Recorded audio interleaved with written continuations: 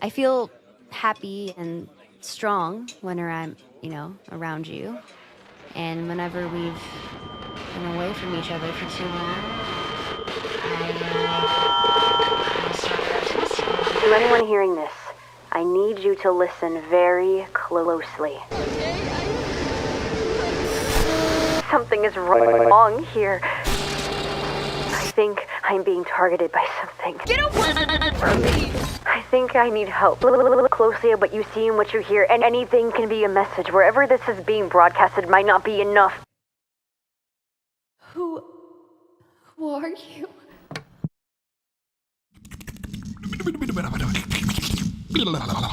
Oh, hi there. ASMR. What is it? To some, it may just be the idea of making some weird and crispy noises for the sake of making you feel uncomfortable, but for others, it could be a form of relaxation and comfort. Personally, I only ever really thought of ASMR as like fingernails on your microphone or mukbang. I gave you Hello, darkness, my old friend. But recently I found another category of ASMR that is actually, dare I say, enjoyable? That category being role-playing ASMR, where you, the listener, are the protagonist of whatever the heck is going on in the story. I think for those who don't really know what it is, think of that video of like the guy whispering to you and hitting you over the head with a frying pan, or this. Maybe we should also leave. Hold on. Why is the light so bright? Is it the sun? Anyway, what I'm trying to get at is, this channel that I'm going to be talking about goes over that same category of role-playing ASMR, though instead of nukes, it's a convoluted mesh of lore strung together by bits and string. And I just want to say before I get into the video that I actually want to give a huge shout out to the Radish investigation Bureau, however you say it. Bureau. They've been researching this channel and all the other side channels for far longer than I have, and have a whole ass document that goes over, I think, like 84 pages of just the weird occurrences that happen within this channel. So it wouldn't be far-fetched for me to say that without their help, I would not be making this video. And I guess with that, I also wanted to kind of thank people like Game Deity and I think Radioactive Fork, who have both been in the comment section of these videos, because like I think without that I wouldn't really have the inspiration to look deeper than what you kind of see surface level. So please, if this video interests you at all, feel free to help with the investigation, as I'm not going to claim like I know everything that's going on. Honestly, far from that. I just want to kind of put the bits and pieces together of the channel that I can kind of think of while going over every one of the video's details to the best of my ability. And because of that, I just want to just make it clear this video is very, very long, so feel free to skip around in the timestamps if you want to see different portions of the video, if you already kind of have a general grasp of what goes on in like the beginning portions or the middle portions or so on. And again, if you find anything interesting, please go check out Radish ASMR themselves and consider subscribing, since I think this channel is a bit subscription based, as we can see with some of the Milestone videos that we get certain information every I guess 5k subscribers. So if you want to support like this video at all, or like me in any way, please go check out Radish ASMR and consider subscribing to them. And with that long-winded tangent out the way, here is Radish ASMR.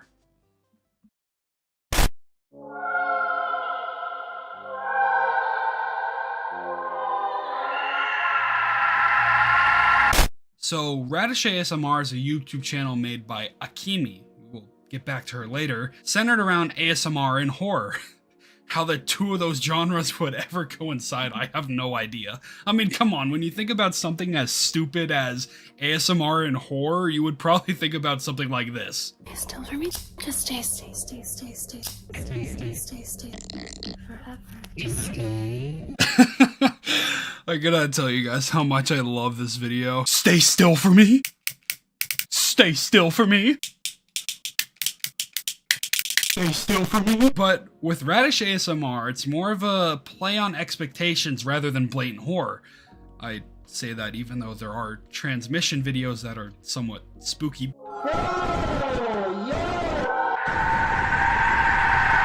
But still, people come to this channel with the expectation that it's gonna be a nice time filled with like cutesy stories and comforting moments, when in reality, they have the potential of getting the shit scared out of them. I think that it's important to understand that people come to this kind of channel with the expectation that they're going to be comforted from whatever is going on in their lives. And it's honestly kind of sad knowing that this channel deviates heavily from the norms of these types of videos and like the role-playing ASMR type genre, and makes the content either like sad or really scary. I mean, one look at the comment sections, you can see what I mean. And with that, I want to talk more about the kinds of videos on this channel, mainly being the F4A or the F4M types of videos. I think the term means female for all and female for male. Basically, these videos are a sort of roleplay where you, the listener, the protagonist or whatever, are being comforted by the main female in this video. And like I said earlier, I would say these videos are really comforting for people in times of need. And honestly, I don't blame them. These videos are cute and they're nice. They feel nice to listen to. But at the end of the day, this channel is an ARG. It's an alternate reality game. Basically, for those who don't know, ARGs usually involve the watcher of the video or the listener to go outside of the story itself, outside of the channel, to actually pick up on what's going on, whether by deciphering codes or finding alternative sources of information. And it's pretty obvious that this channel is an ARG when you look at all these weird codes and transmission videos that we get on the channel. And I guess with that, let's look into what these videos hold.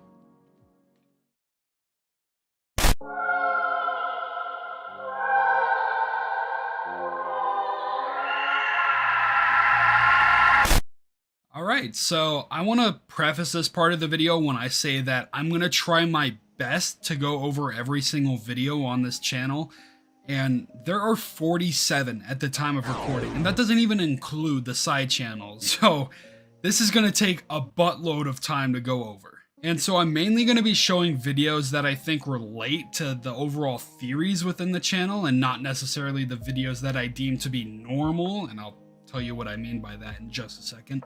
And with that, I'm going to be breaking down this section into 3 different parts.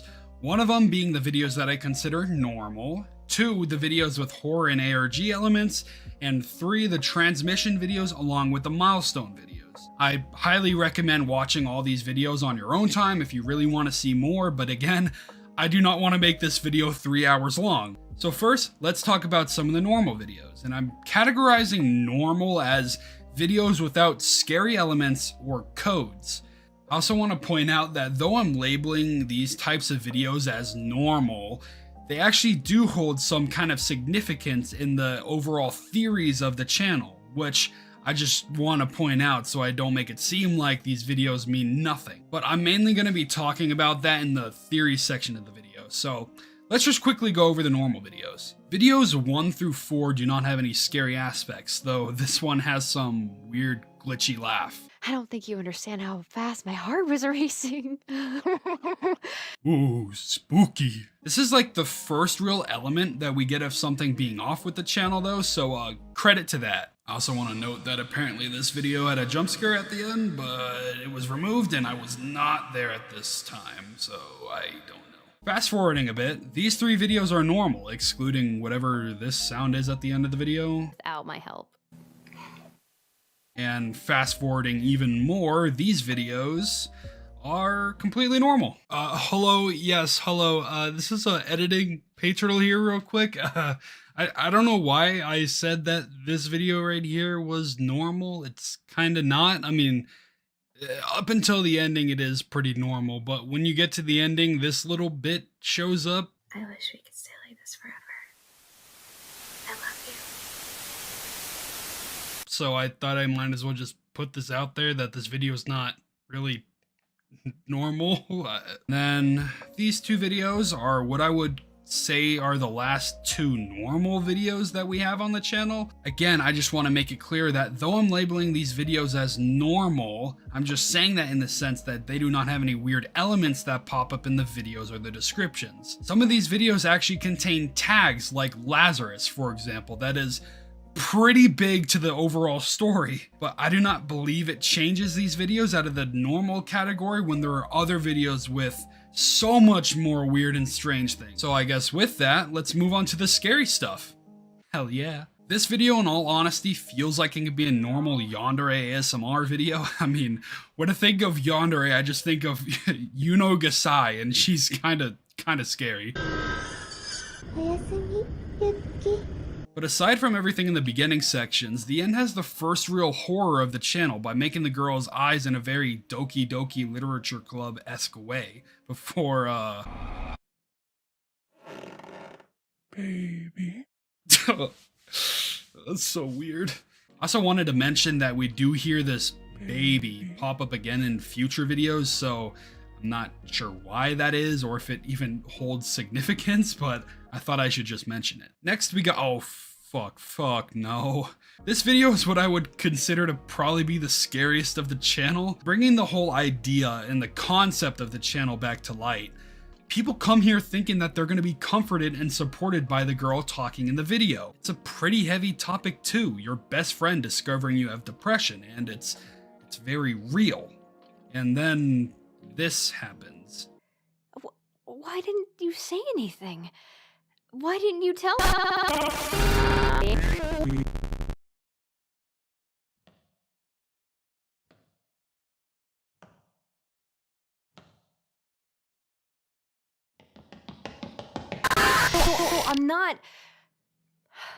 I'm not mad. Fucking horrifying. I mean, it's just so creepy, man. I just feel so bad for these guys who come to this channel thinking that they're going to be comforted and just only for this to happen, man. It's also interesting to note that the girl in the jump scare is actually the girl from the second video on the channel, so keep that in mind. And moving past that hell of a video, we get another video with a jump scare, though this one is pretty mild. I won't let that happen. I'm replaceable. Again, we see another girl from a previous video showing up as a jump scare. It's interesting. I have so many ideas of what this could mean, but I'll save it for later. Next up, one of my favorite scary videos on the channel, and it's right after the last one, so I'm gonna play this part in its entirety. You want me to say it first? Say what?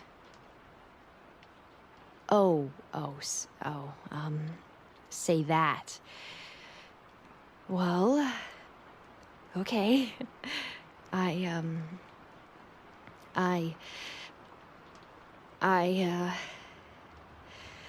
love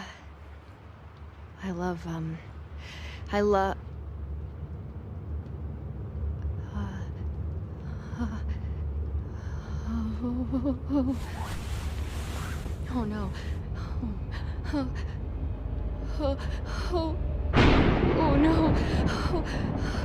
Oh no.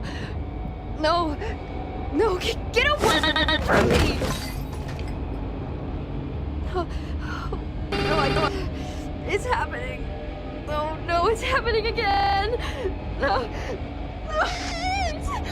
Make it stop. Please, not again. No. I'm sorry. I'm so sorry. I didn't mean to push you. I didn't mean to do any of this. Okay? It's here.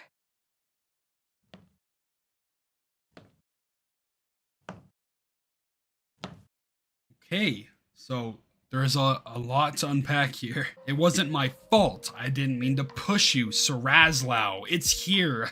There's so much to unpack. Firstly, I'm almost 1000% sure that Sarazlau is just an anagram for Lazarus, considering the tag we get in this video is Lazarus. And I'm gonna go over what I think all these ideas mean, but for now, I kind of want to chew on the idea that the fact that all these jump scares that we've seen so far are girls from past videos. I would love to say that these are also from videos with bad endings, but the jump scare in the second video has had its jump scare removed, so it's kind of just a cute video now. And I guess I'll point this out now rather than later, but it seems like when the girl is talking during this breaking part, she kind of has a more, I don't know, a genuine feel rather than before. So next we got, oh boy, ARG time. So this video contains a couple codes, a name drop, and this creepy ass end screen. So if we take the cipher that we got here and we put it in here, slap some base 64 and raw inflate, we get the text, why won't you leave me alone? Doing the same for the other code, we get out of my head. All honesty, I'm still not too sure who's talking here, but I have some ideas. I also want to note that this is actually the first time we get the name Annabelle in any video. Annabelle, won't you listen to me? Which is strange considering that the transmission video after this actually name drops a researcher with the same name. It might be jumping the gun with saying that, but who cares? Next we got this video. I think this is the first one where I was really stumped. So actually the first thing you want to do for this cipher is slow down the audio. And when you do it, you can actually hear that the person talking is speaking in binary. And once you translate that over into here, which I'll just paste it right here, you can convert it and you can get the result 10 failures. And then for this next one, the one that's actually on the screen, you can actually translate it from binary to get this. And from here, we can actually use something called tap code in order to translate this by using the numbers and correlating them to this little box thing that we see on screen. And by doing so, we get this translated message saying there are 10. It's a pretty cool way of doing a code like this, so I actually kind of appreciate the nuances, because I actually had a little bit of a struggle finding out how to get to this. So, I mean, I think though that this is one of the most important and confusing aspects within the series, that being the 10 failures. I'll talk about them later, but just keep the idea in mind of there being 10 failures of something. And next up, we got another important video for the lore. For one, we get introduced that the name of the girl in the video is Annabelle. Oh, right. My name. I'm Annabelle. But that's always been too long, so everyone usually just calls me Anna. Which, if you remember, is the same name that we got whispered at the end of this video. Annabelle, won't you listen to me? Then we have, oh god damn, that's a lot to go over. 4 codes in pink, a white code in the middle, and then this lengthy ass one. First, let's decode the white text. Oh my dear friends, where are the rest of you? I promise you that is not the last time you'll be seeing that phrase. Next, the pink text. M. Logan, A. Lilia, K. Olivia, K. Mariah. Names, but who are these people? Then to the long code. Using ROT47 instead of our usual other method, we can get this. Mere drops in a great ocean, and yet together you hold the key to something important. Each tells a different story and a different lie. What brings us together is not our motive, but our circumstance. And yet all that resulted was failure. 10 failures to be replaced as fast as they were chosen. What am I then? There are so many ideas that I have when it comes to this poem. For one, I think this text is saying that every one of the 10 failures, though replaceable and seemingly meaningless in the grand scheme of things, like mere drops in a great ocean, they still hold something important. It seems like they are also connected by their circumstance, which resulted in them becoming a part of the 10 failures, rather than being connected by some kind of motive. We also get another theme, if you will, of replacement. Just like in this video, when the girl in the jump scare talks about being replaceable, we get this. Could the girl be one of the failures? Not sure. Maybe the jump scares tie into the 10 failures? I don't know if we have enough information to really say that right now, but it's definitely a theme worth looking at. We also get the what am I then, which seems to be some kind of question of self, which has some pretty strong themes in terms of memory that we see later on. I know, a lot to chew on with one poem, but... Next, we got a normal video in terms of the story, though we have this chick who appears in the background of the video who oddly looks like this one. I still find it super interesting that every scare that we get is always a character that we've seen from previous thumbnails. I honestly wouldn't be surprised if later down the line we see this girl pop up as one of the scares. I don't know, it's just something that we keep seeing within every video. And moving on, we got a very normal video instead of the ending. I love you. But you can't see anything. I few things to note. Voice that says, "but you can't see anything," after the girl says she loves us. The text on the screen also comes out to "I will spread," before we get this interesting picture of whatever that is inside of her brain. Is that what is spreading? It could be saying that it will spread, but we can't see anything. So maybe whatever it is has something to do with the brain? Honestly, I'm not sure. Okay, so this video is probably the most normal out of the scary ones. Literally nothing happens in the video. The only reason I'm putting it in this section is because of the tag that has a cipher that ties into 2 other videos that will come up in a bit, and I consider it to be pretty important when talking about theories. So all you gotta know is that the cipher translates to "you've gotten too many." Too many of what? We don't know yet. And next, probably my second favorite video on the channel, or maybe a tie for first, is this one. We get to see this character absolutely break. Here, I'll play it in its entirety for you. Everyone that I've dated so far has never really stuck, if you get what I mean. There was only one that really made an impact. But he's gone now, and it was all my.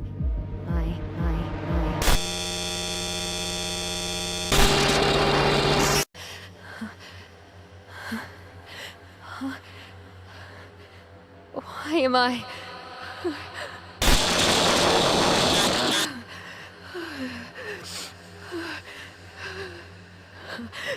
One day, everything just went so wrong, and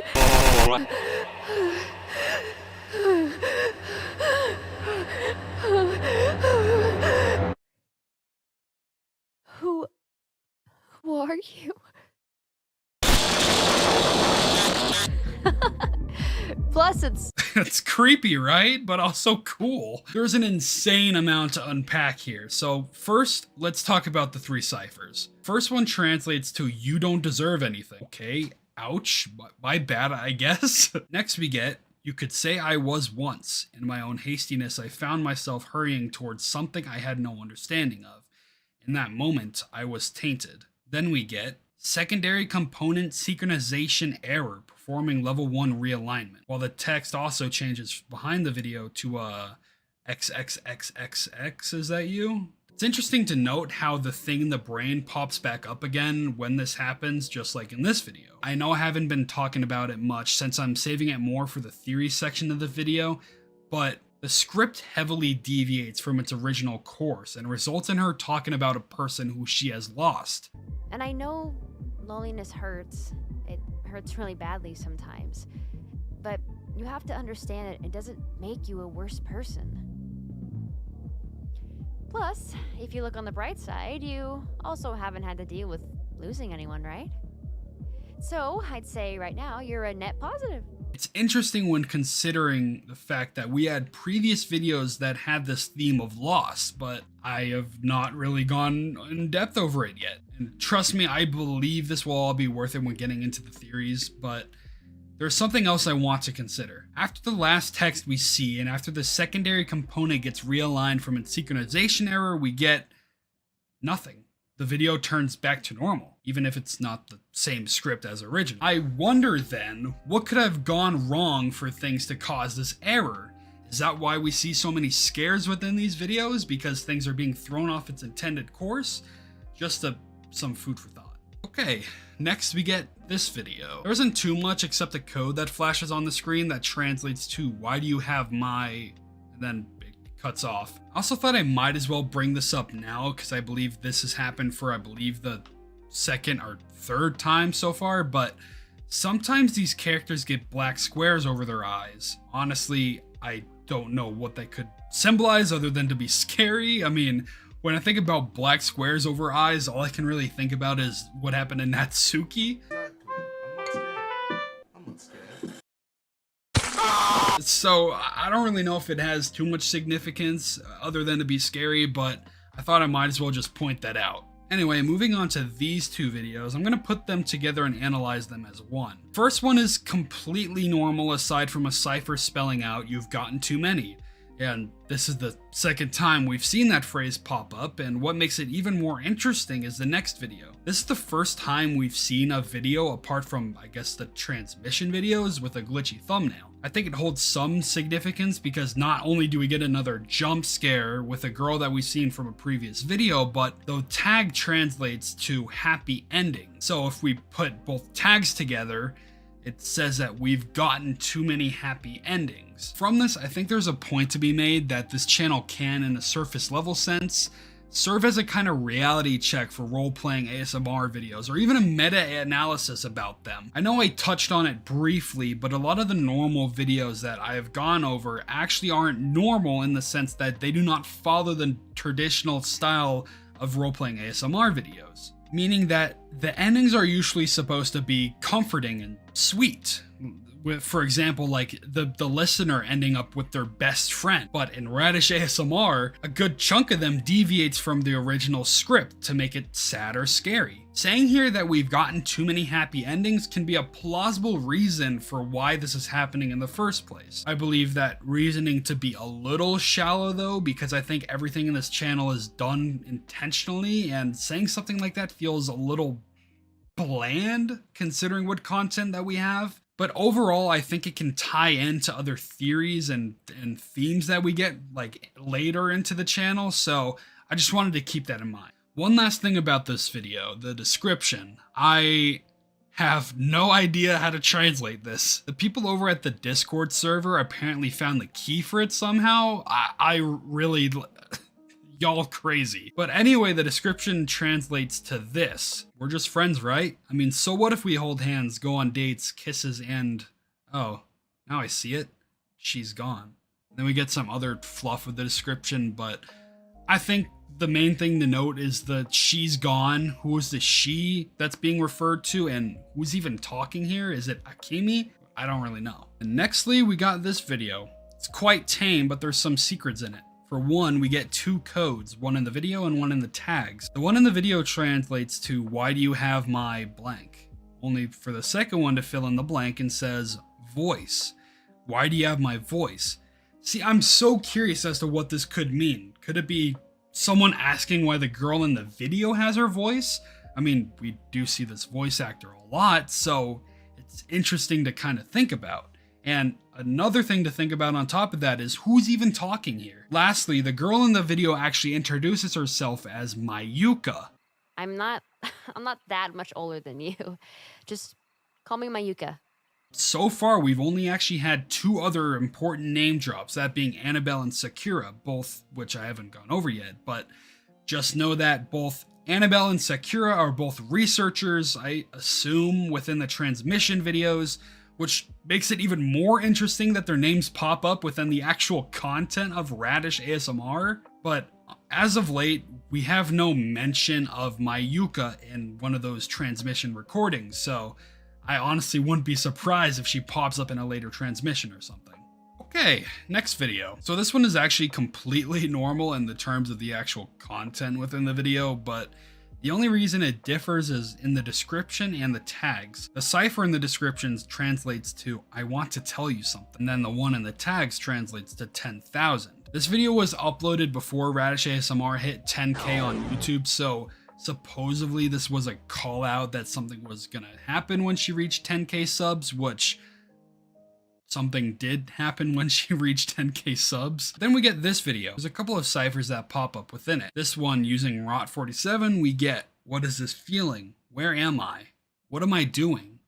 Followed shortly after with the one, "Please, someone answer me." Creepy as hell. It makes me think that someone or something is calling out for help, not exactly knowing where they are or what's going on. Strange to think about, considering that all these ciphers and codes that pop up within the screen don't seem to relate to one another, or at least not all of them, meaning there could be multiple people trying to speak out, and their only means of doing so is by making ciphers. Also, the description is a little strange, the main part being that the phrase "the next step" is repeated a few times. I believe that this was also in relation to the fact that Radish ASMR was about to hit 10K subs, but that also brings into the question, why would Akemi be the one repeating this phrase, unless it's not Akemi? Again, I don't really know or think that it's her doing, but rather some external force trying to mess with it. Okay, and then we got, oh hell yeah, this is my type of ASMR. Volleyball captain accidentally spikes you? Talk about a dream, am I right? Right? Oh, whatever. This video is normal for the most part, except that this code pops up on screen and the fact that the screen goes black and leaves a minute of nothingness, followed by some static and the cipher that literally nobody can read. I mean, this is too blurry. If anyone knows what letters and numbers here, I would love to know because I have no clue. I also love that there are timestamps in the description of these videos that point out these codes as if it was a Markiplier video in 2016 with the whole jump scares at insert time. But aside from that, the first code that we get says that chance was stolen from us. What that chance is, I'm not sure. Maybe it has some relation to what the girl was saying within the video with how they couldn't go to college. My idea, if that's the case, is that the people who are giving out these messages didn't have a chance to really live their life since they are stuck in whatever place they're in. Next, this video's completely normal except for the description. Using the key that the RIB found, thank you again, we can translate this code to say alternate signature confirmed, pairing access points for reception. This, I believe, is the second time we've seen this format of code in a video like this, and honestly, I'm not too sure on who this alternate signature could be, considering that we only get one signature from the side channels, that being Sakura, but I'll talk about that later in the side channel section. And that also brings to note with kind of the format of codes, like sometimes we see like base 64 into raw inflate or just rot 47, or again using this key.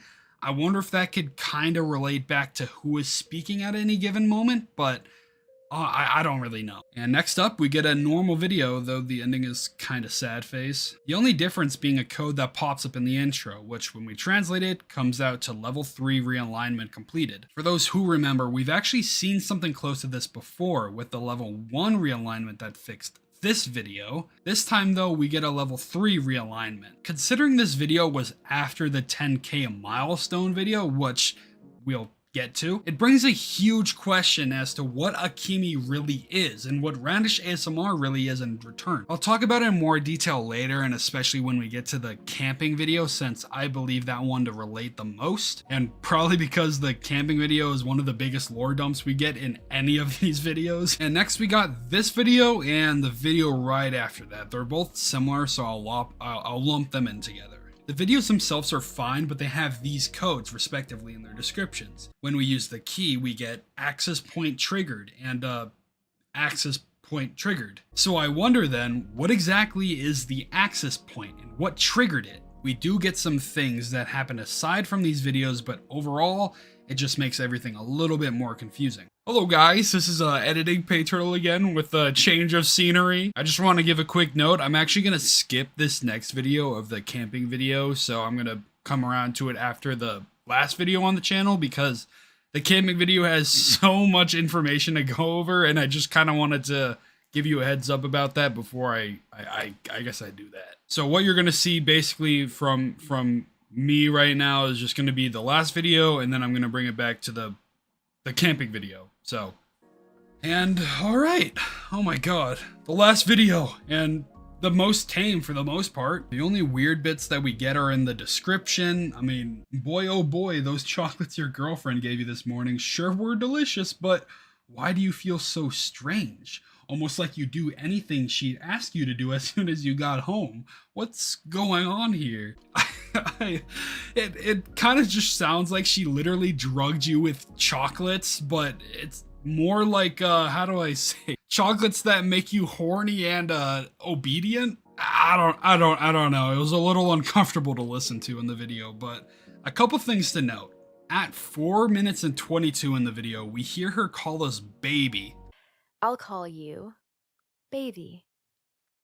Oh, yep, that's perfect. Do you like the sound of that, baby?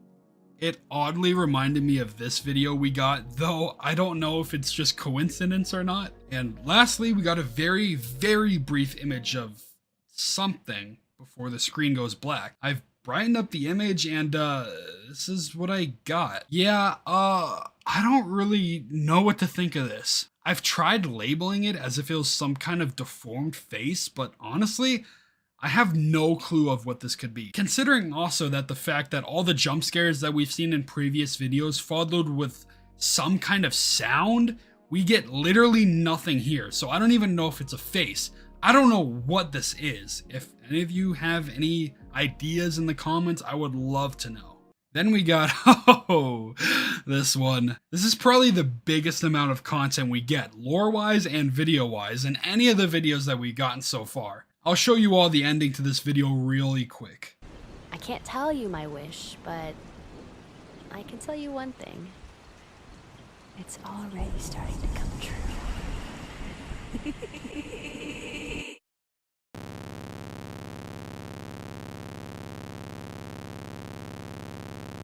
Alright, so first thing of note, this screen we get before the codes is actually pretty interesting.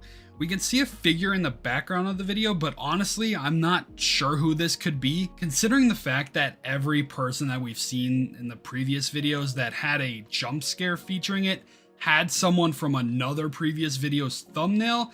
It could be someone that we know, but honestly, I don't really know. I can't make it out that well. And next we get these codes.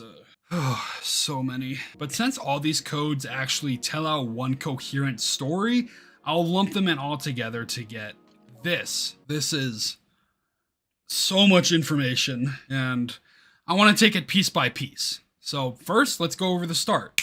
And I'm actually the one that's going to be going over this. Date, January 29th, 2024, camping video ending. This report is being written following a recent scan of Akemi's activity. Following the successful component realignment on December 4th, it was assumed that Akemi's frequency and level of activity would decrease. This component realignment refers to the video made on December 4th, which, if you remember, is the same place where we got the code level 3 realignment completed. Also, if you remember, this video took place after Akemi hit 10k subs on YouTube. And I'm only saying that because I believe it ties into that, so I'm just gonna point that out. This assumption was only partially correct. Akemi's online activity has slowed down considerably. However, the readings for her overall level of activity have continued to show a steady increase. Makes sense that whoever's reporting this says this, considering that Akemi's activity did slow down considerably from December 4th to January 29th, with only these two videos popping up in between the time, this one on December 28th and this one on January 19th. Which relates to the content that we find with P. Mary and G. Bradley, both part of the 10 failures and their side channels, and I will talk about that later. As of the time of writing this report, the reason for these readings are unknown. Looking back to the discovery made on November 12th, the reason can be broadly assumed, but nothing concrete has been uncovered. I know I haven't gone over it yet, but this date on November 12th actually relates back to so many things, like Akemi's 10k sub milestone video, a song that we got on Akemi's Soundcloud, which is like 21 minutes of Morse code that tells us more detail about Akemi herself, and uploads from the 10 failures side channels. I'll go over it when I get to it, but for now just keep in mind that November 12th started a bunch of things. There is speculation, however, as to Akemi's current objective. One such speculation is that, given her apparent inclination for theatrics and attention, Akemi is currently creating something to be presented through an entertainment medium, as she's been previously seen to do with audio and video material. And it is entirely plausible that she chooses a medium that is interactive. This remains unconfirmed. This could possibly hint at a new type of video that we could see from Akemi. Considering the speculation is something that is interactive, perhaps it could be something like we can get a Q&A or even a live stream. I'm not so sure if any of that is even on the mark, but it is an interactive medium that they're trying to find out, or that's being speculated, so those are the two things that really came to mind when I thought of it. Furthermore, due to the incident on November 12th, Akemi's methods of remote communication have been under investigation. No further activity originating from the primary redacted have been recorded, but it is speculated that Akemi is currently intentionally using back channels in order to mask the destinations of particular transmissions that she doesn't want to be seen. This also remains unconfirmed. I wonder if this speculation of Akemi using back channels to mask transmissions that she doesn't want to see refers to the 10 failures as side channels? That would bring into question then if she is the one uploading their stories onto the websites or if it's something else. I also want to point out that they refer to this whole mess of things happening on November 12th as some kind of incident, as if Akemi only responded to whatever happened because of something that happened. Again, I don't really know if this is in direct correlation with the fact that she hit 10k subs on YouTube on this exact date that the video was uploaded, which seemed to set everything else in motion, or if it could have just been some kind of coincidence and that's just how information was going to spill. This concern, as well as concerns regarding Akemi's independent activity, have been brought up with Redacted, but no instruction to take any major preventative action has been made. Yeah, so we still don't really know who this person is, who is taking over this project and overlooking Akemi. It looks like they're just interested in finding out what Akemi is planning to do, since they're already suspicious about her independent activity, which apparently they cannot monitor. So I know that was a lot of information at once, but I kind of just want to recap it a little bit. So at least from the beginning of this, we can see that Akemi is being monitored somehow or some way by somebody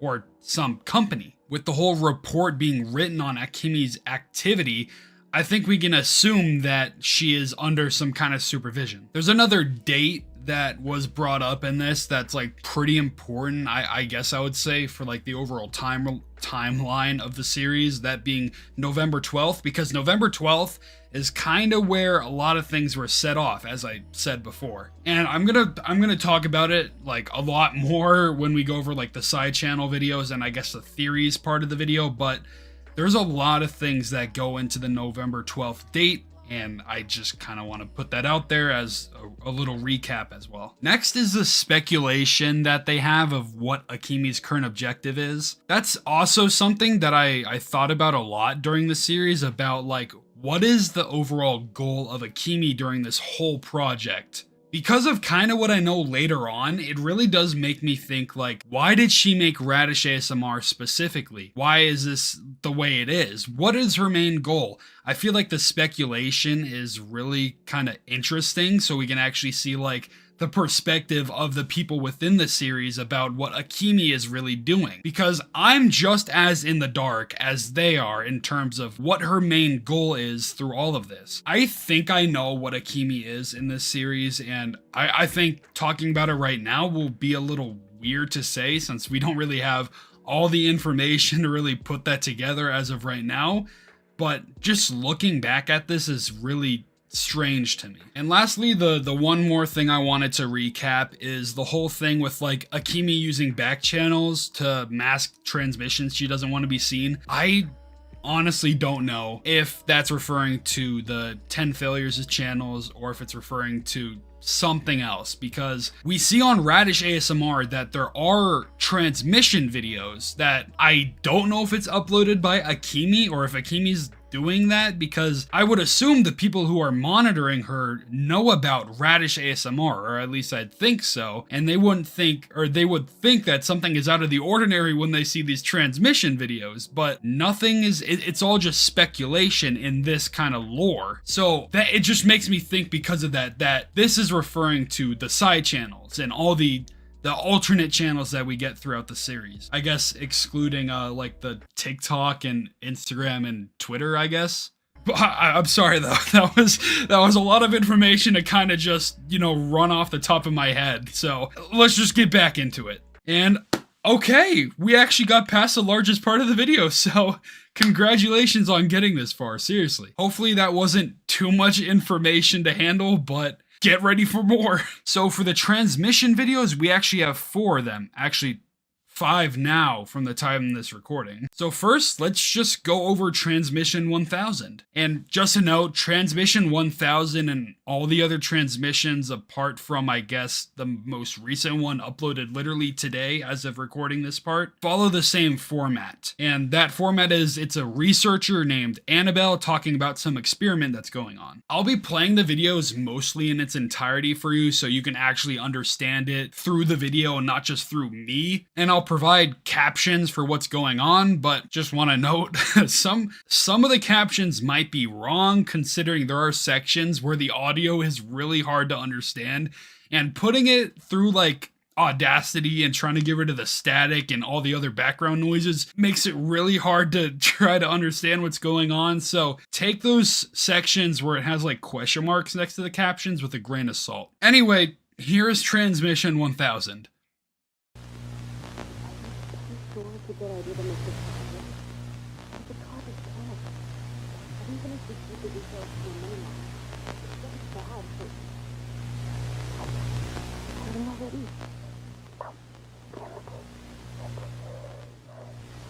Okay, fine.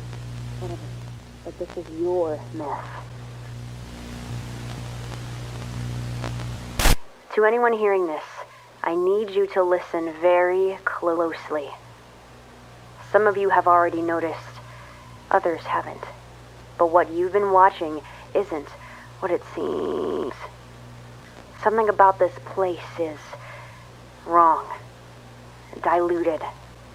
The exact cause is unknown, but something is here, something that shouldn't be. We've done our own investigations, of course, but we haven't found much. The only lead we have is a name. As for what it means, though, we are unsure. That name is... Fuck, right. Details to a minimum. Please, if you find anything, contact us. Transmission end.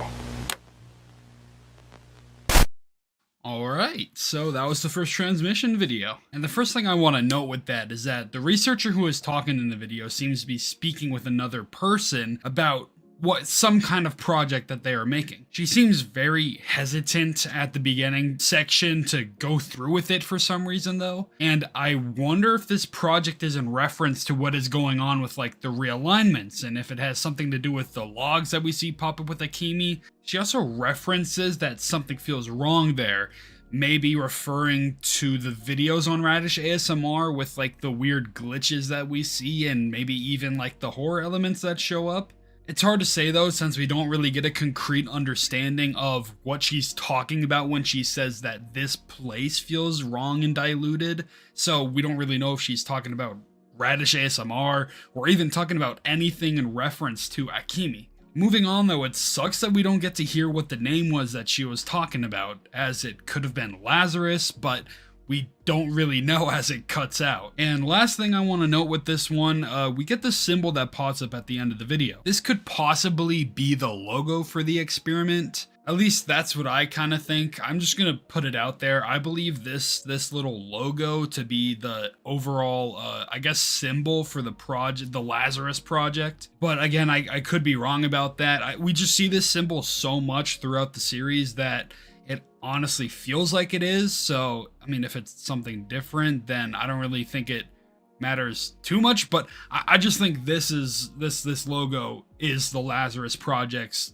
kind of logo or symbol. I'd say one of the things I want to take away from the video is the concept of the transmission videos themselves. For whatever reason, these research videos got uploaded onto Radish ASMR. Whether it's Akemi's doing or somebody different is unclear. Also, the last thing I kind of want to talk about or point out before going on to the other transmission videos is that whenever the researcher is talking in the video, we can hear some kind of screaming in the background of her voice whenever she talks. I'm not sure if that's just the way the static plays out whenever she is talking, but it's pretty noticeable when you listen to her talking versus when she isn't talking. You can hear that like screaming sound whenever she is. But aside from all that, let's just get into the next one. 8th time. Oh, it's getting worse. To anyone hearing this, please listen. I'm in a bit of a tough spot right now. I thought I could handle this on my own.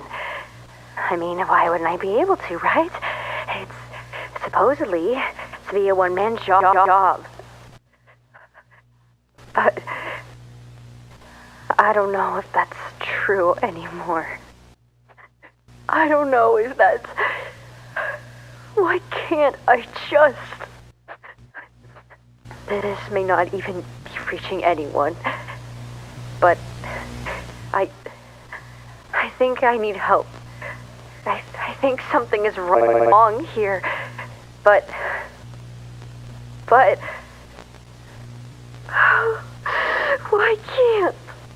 why can't I remember?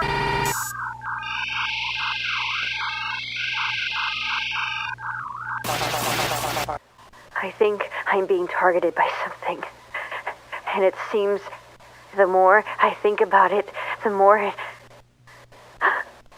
I see it. I don't have many ways of researching it now, but you might.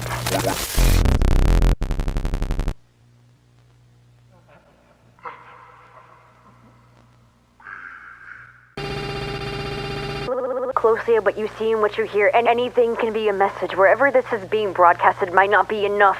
Please spread what you can find wherever you can.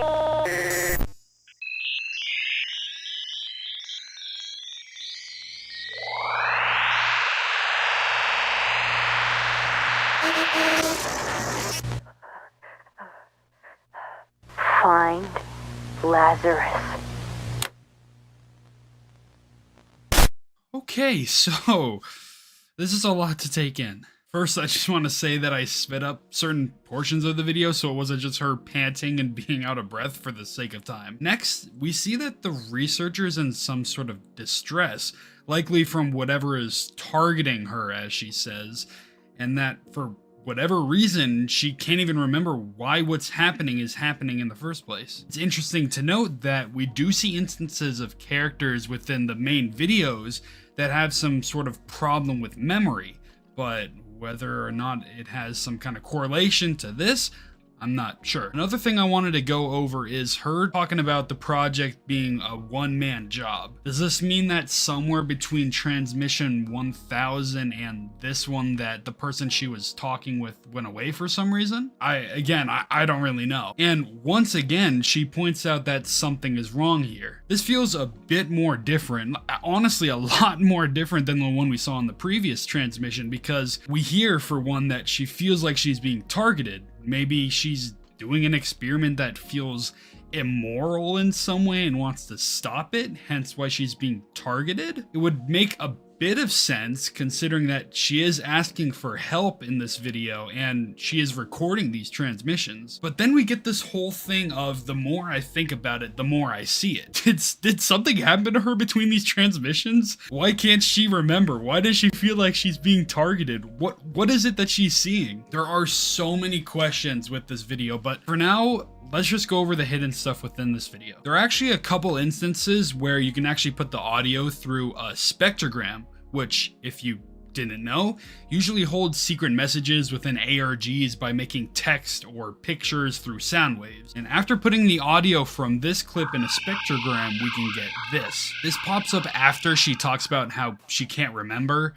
And I'm wondering, looking at this now, if this creates some kind of connection between Lazarus and the 10 failures that we briefly mentioned before. Because not only does this symbol pop up, which I assume to be the symbol for the Lazarus experiment, but we get the text relive them. Considering that the 10 failures are, well, failures of some kind of experiment, which I believe to be the Lazarus Project, maybe something is trying to tell us what the experiment is truly about, to live again. Maybe the 10 failures died from this experiment, hence why they are failures, but the main goal of the experiment was to relive in some sort of way. I have a lot more theories on this later on, and I'll talk about it more in the theory section of the video, but this concept of reliving shows up through a lot of this series, so I thought I might as well kind of go over it now since we see the spectrogram. There's also a couple codes which I'm going to go over now. First we got this, which when translated from binary to English we get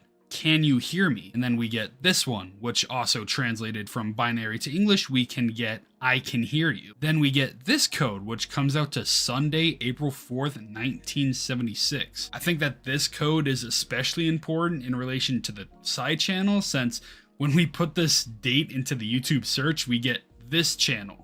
And we'll come back to that later. And lastly, we get this one, translating to "who will you tell?" With all these codes, I'm not exactly sure. Like, honestly, I'm going to say this for all of the codes. I'm not exactly sure who is talking here or who is putting these codes in. I don't know if we have enough information to really say that yet, but I'm just going to put it out there right now that my honest opinion on it is that it could be the 10 failures or the people from previous experiments. I know it's going to make no sense to say that right now because we have really no information that really inclines us to believe that, but just keep that in mind that that could be an idea. Going back to the main content, we actually get somebody laughing followed by the word "baby." If you guys remember, this popped up a few times in previous videos, most notably in this video. To me, it sounds like whoever is like speaking here is mocking the researcher. She also makes some kind of plea telling us to find any or spread any kind of information that we find. Interesting that she says anything can be a message. Like, no shit, anything could be a message. We have so many ciphers. But that also brings the question though, who or what is it that is making these ciphers within each video? And right after this, we get this audio, which when we put into spectrogram, we get this, which if you guys remember is the same image that we got at the end of this video. The last thing I kind of want to note about this video for now anyways, is that the researcher says to find Lazarus. My current thought with the phrase is that Lazarus can either be a place or a company, or it just could refer to the name of the project. My thought goes to the latter. I believe it to be the name of the project rather than an individual or a company, but honestly, it could go either way. But enough of that. Let's just get into the next transmission video. Actually, sorry, one quick thing before we get into this next one. I just kind of want to preface this by saying I'm actually going to cut out a decent chunk of this purely because the transmission video is actually like a Q&A between the researcher and someone else that we literally cannot hear off camera. So if you kind of want to hear it in its like entirety, please go check out the video because I'm going to be chopping it up a bit and keeping the bits that I feel are important to the actual transmission instead of like just playing it all. So with that out of the way, I just wanted to kind of preface that so it didn't come as like a complete shock that I'm leaving out a good amount of it, even though it's part of the actual transmission video. I acknowledge it, but I don't feel like it's very important because we can't really hear the questions that are being asked to her. I heard from the doctor that you completely stabilized, but they still don't know when you'll wake up. It's been 3 months now. My name is Annabelle I'm not sure what you mean by that. I think so, yeah. I haven't done something I agree with, so the idea of being the one understands sounds like it would be, yes, I have. Of course I was. That's why I'm here.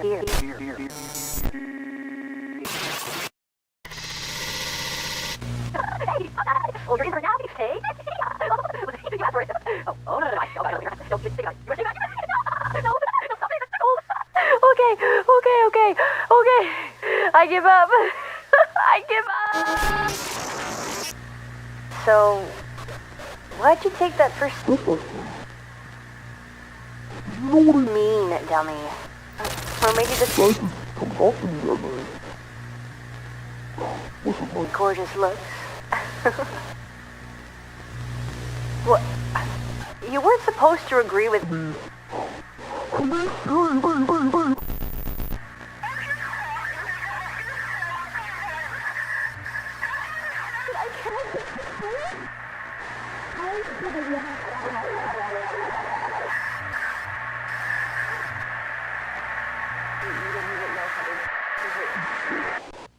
Please, please don't try to do this by yourself.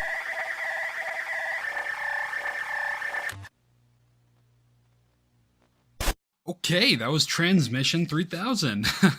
How are y'all holding up? The beginning of this video is interesting. I have no idea who is talking at the beginning section, nor who the he is that's being referred to, but hearing something get stabilized kind of reminds me how Akemi was stabilized with her realignments when the video went off course in this video. Either that, or maybe it could tie into the person that our researcher friend was talking with in Transmission 1000. But apart from that, we get a name drop. The researcher's name is Annabelle. I know I've said it before, so I'm sorry for the spoilers. But it's weird considering how we've seen videos previous to this with that name popping up. Annabelle. But aside from that, the main theme of this video is a questionnaire of some sort. Like I said, I cut off most of it that I didn't really feel was necessary, or I guess I sped it up. I mean, if you want to hear Annabelle get tickled for some reason, then you can go watch the video for yourself. Anyway, Annabelle gets asked a bunch of questions that we don't know, because we can't really hear the person talking. It may be the same person that she was talking to in Transmission 1000, but since we don't really hear whoever it is that's talking to her, along with us not even knowing what happened to the person in that transmission, it's kind of hard to say. We also get a tickle fight before the audio glitches out with the Lazarus symbol popping up and we turn back to our normal Q&A. The audio gets a bit harder to understand during this section, but I really did try my best to transcribe it. I had to get rid of the static in the background in order to hear things better, and for the most part, it feels accurate. But then again, the transcription is just what I heard, so please take it with a grain of salt. But if we take the transcription that I kind of wrote down, we can see that something apparently happened with Annabelle and the person who she was talking to, resulting in her telling him or her to leave her alone. The I should have left when I had the chance part makes me think that they could have been together in some way. Either that or they were on the same kind of task with like the experiment, and Annabelle is kind of wishing that she left the project when she had the chance. But I don't really know. These are all theories. We kind of just get this information and we don't really get a lot of answers out of it. So it's just a whole lot of like, what do you believe out of the information you're given? But on the idea of those people being together, it could make sense considering we get a whole ass tickle fight. But honestly, this video feels like it would fit a whole lot better if it was before Transmission 2000. It would make a whole lot of sense why she's acting all happy and whatnot, and even engaging in a tickle fight compared to her being extremely duressed in the previous transmission. And maybe the transmission videos aren't even supposed to be in order. Like personally, if I had to change it or even like place a timeline of where I would rank the transmission videos, I would have Transmission 3000 as the first one, then 1000, and then 2000, since it shows a slow progression into something bad happening. But since we don't really get much aside from these videos to go off of, it's hard to say if something bad really did happen to her. And moving over to the topic of codes, I'll go over the ones in the videos now. First one we get is here, translating to what is this? Followed not long after by I found them. Honestly, I'm not sure if the codes even relate to what's going on in the video or not, but let's continue. Next, shortly after, we got what are you doing? Stop it. This was during the whole tickle fight thing, so I don't know if it relates or not. I mean, if it does, or even if it doesn't, it still brings into the question, who the hell is speaking here with these codes? But next we got this one of the weirdest ones. Nabil N, which is an anagram for Annabelle. You're wonderful. Strange that this pops up right after whatever argument happens between the person and Annabelle, and later on we get a constant string of stop it, stop it, stop. It's so creepy. Again, who the hell is writing these? Is it Annabelle here? Is it Akemi? Is it the 10 failures? Who are these people that are speaking here? The problems that I have, like, going on a little tangent, the problems that I have with these ciphers that we get is that we don't really get a constant voice in any of these codes, meaning you can feel it being one person in a certain instance and another in the next. And personally, because of that, I always thought that these codes kind of had to be the 10 failures, even though it's a little iffy. And the only reason I say that is because, well, there's 10 failures, there's 10 voices that we can choose from, even if we don't know who they are or who is speaking. But getting off that tangent, that's really all I had for this video. It's not as, like, I guess, heavy in terms of information that we got with the previous videos, but it's still a good video nonetheless. Also, sorry, there's one more thing that I wanted to note before we go on to the next one, and that's that there's this code that pops up at the very end of the video that when we translate it comes out to the letters N and O. So, I mean, if you put that together, it's no. I think this code actually relates back to the last one we saw with like the whole string of text that said stop it. But I don't want to really like dwell on it too much since I already kind of made this little section a little bit too long, so let's just get into the next part.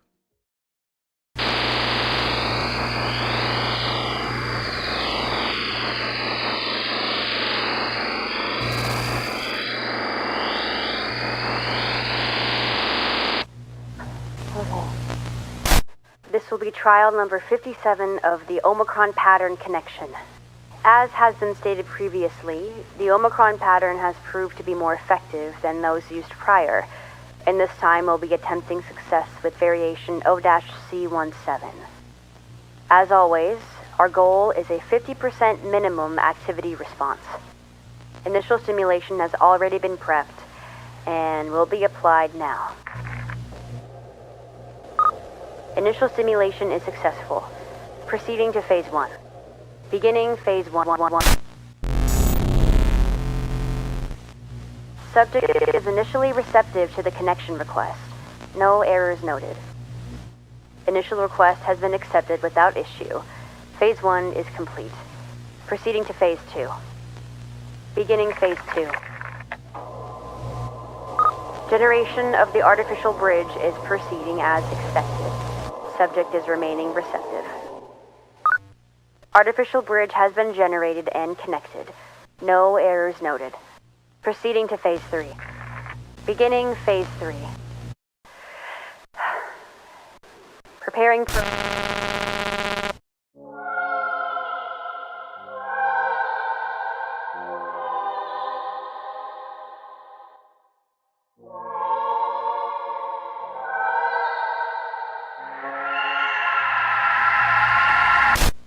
Oh my god.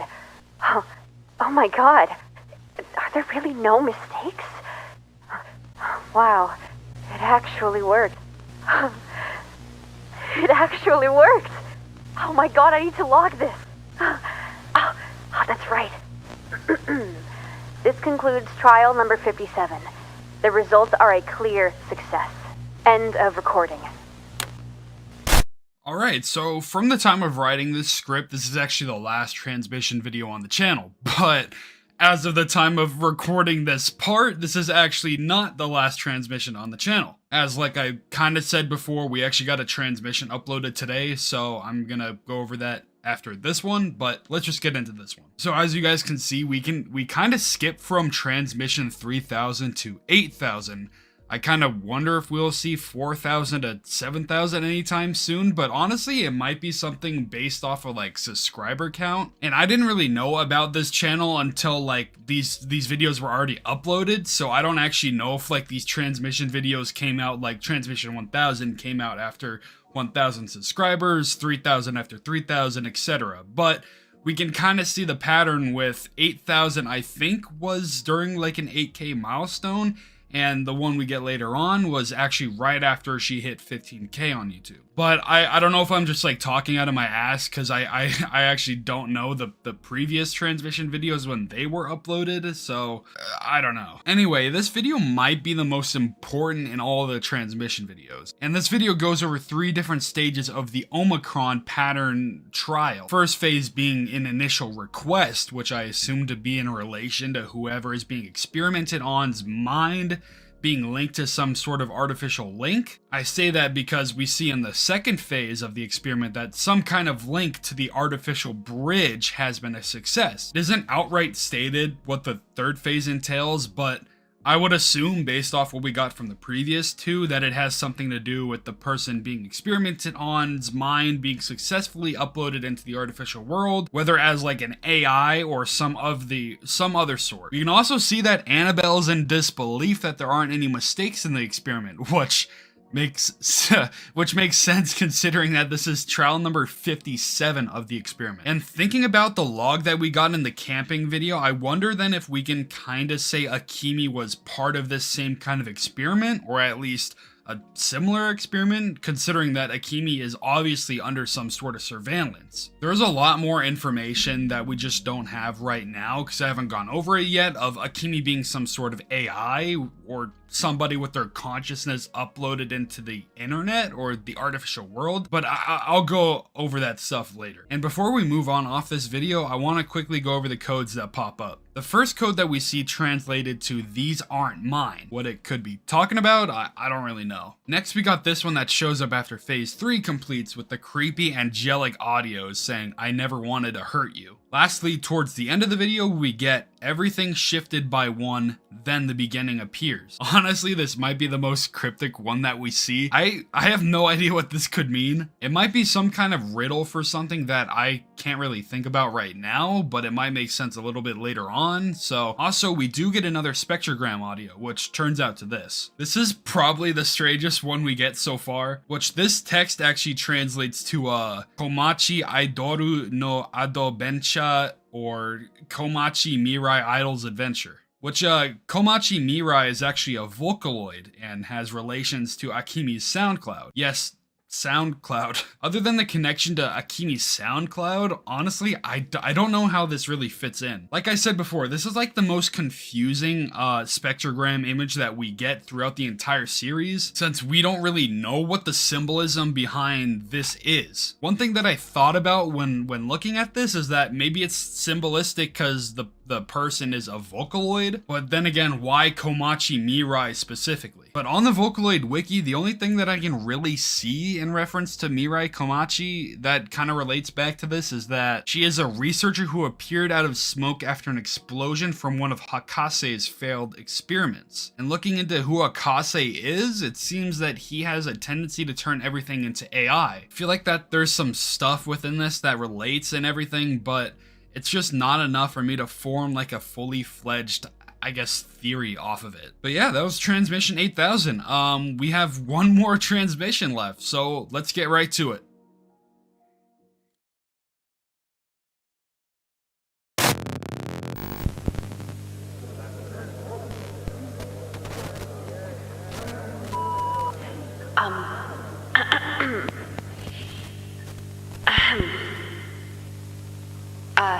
Hello, everyone. I apologize if I seem a bit disoriented at the moment. Public speaking was never my strong subject. Nevertheless, my name is Annabelle Sylphied. I began here several years ago as a volunteer. My examination proved successful, and I was allowed to begin contributing to everyone's efforts here. Would have it, I was presented with many opportunities to continue my development and far past that of a volunteer position. I became a standard employee and moved into being an analysis researcher and finally an active integration scientist. I've always had only one goal: to push the bounds of what we as a society think is possible. This organization and its advances have inspired me for years before I joined. The effect it had on me as a person is monumental. So, for me to be here, achieving the success I once revered, is hard to put into words. I won't say much more than this, as I don't think there is much more to say. So, in celebration of our breakthrough, I'd like to express my honest and heartfelt gratitude for this award. May Lazarus live on to change the world for the better. Okay, so that was transmission 15,000. This video literally dropped yesterday from the time of recording this, so bear with me if I sound a little bit excited because this video adds a lot to the overall lore of the series. The first thing I want to look at is the title, which, using the key that we got from the RIB, we get 15,000 transmission. I knew there was going to be something we would get for hitting 15k, and this was definitely worth it. There is so much goodness to unpack here, so let's just get into it.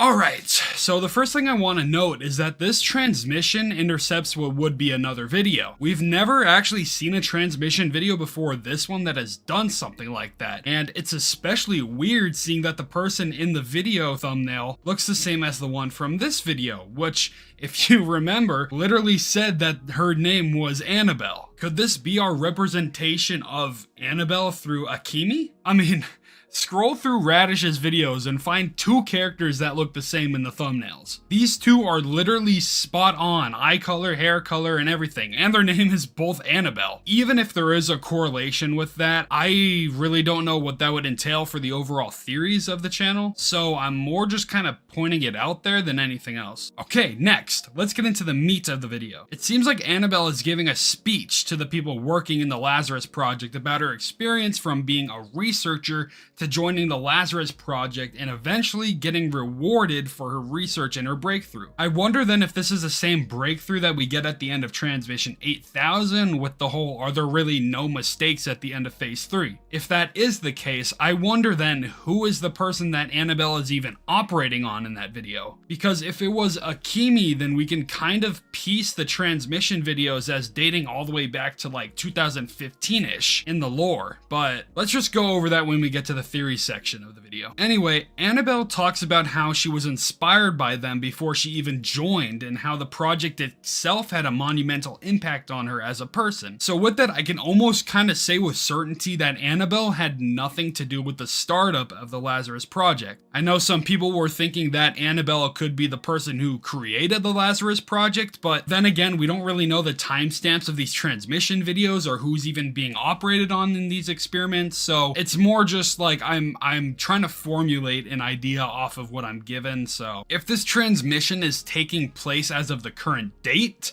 then it's basically confirmed that Annabelle had nothing to do with Akemi, since Akemi's whole experiment was around 2015, and Annabelle only really started around like 2023 to 2024, as in the transmission videos. But honestly, I don't feel like that's right, and I don't really know which side to take because we don't really have information for when these transmission videos really come out date-wise in the actual lore. I'm kind of just going off their publishing date because of that, so...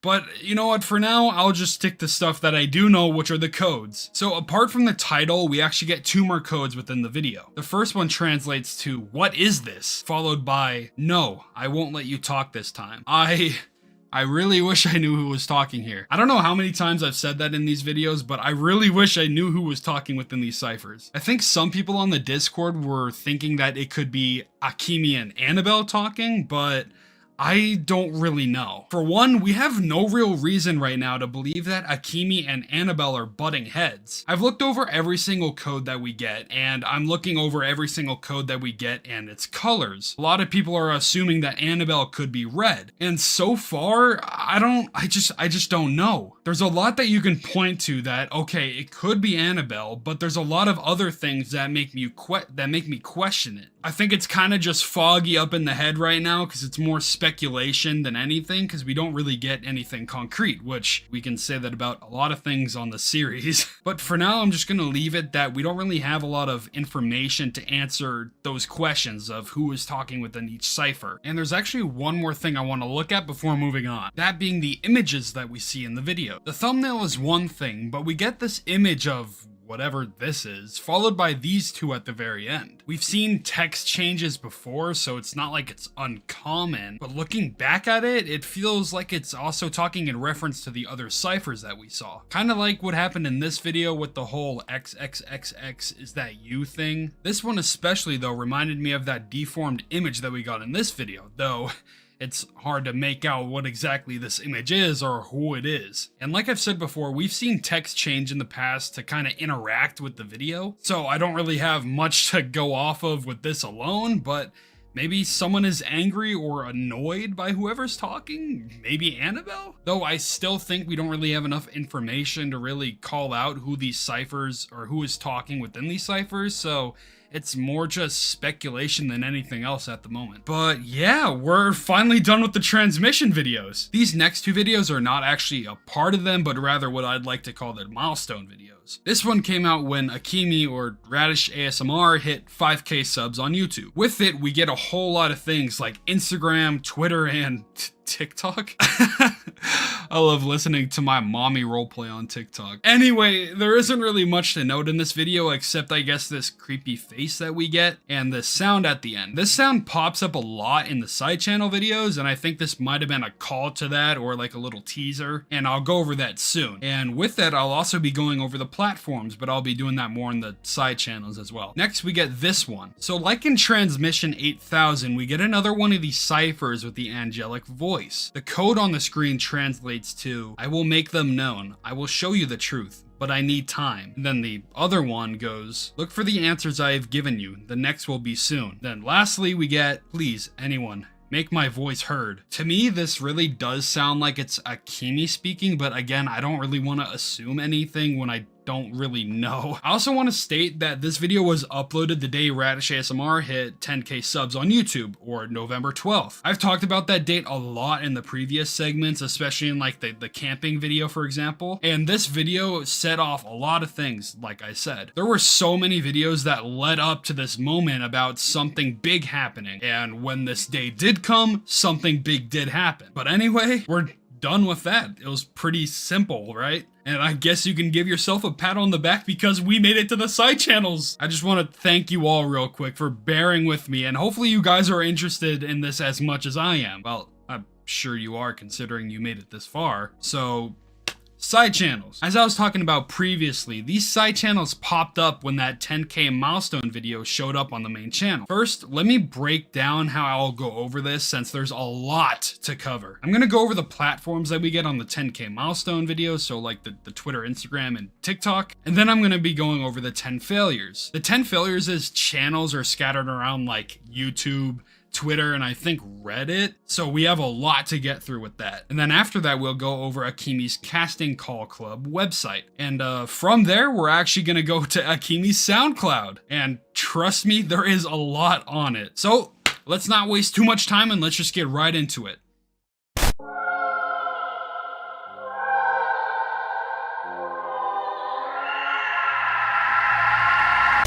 All right, new day, new me. This is probably the coolest shirt I'm gonna ever own. I don't even know if you can see it. Anyway, where were we? Oh, right, Twitter.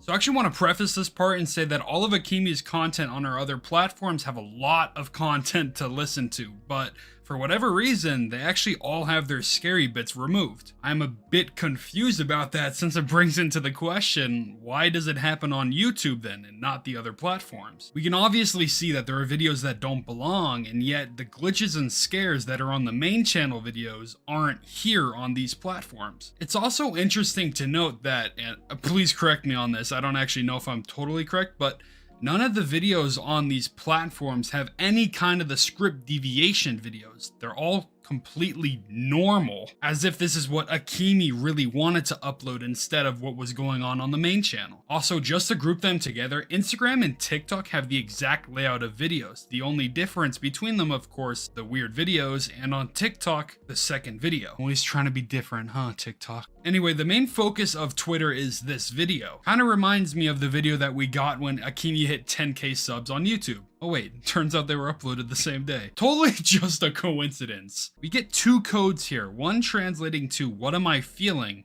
then this other one translating to "who am I?" Again, I have no idea who is talking here. I feel like I say that way too much and I am sorry, but I need to keep saying it. This whole ARG is really hard to tell who is talking at points, honestly. But it is interesting to note that this is the second time, I think, so far that we've seen blue text within these ciphers, in case you were keeping track of that. I'm still trying to figure out if these colors relate to people that are talking, and that's how we get like the voices for those specific ciphers.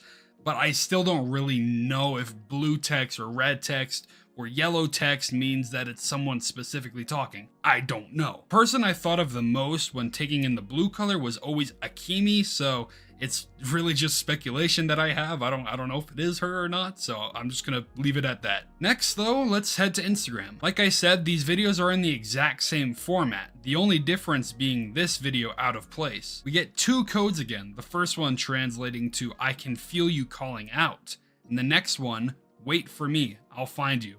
Also, we hear this little jingle in all the beginning of these weird videos. Wonder what that links to.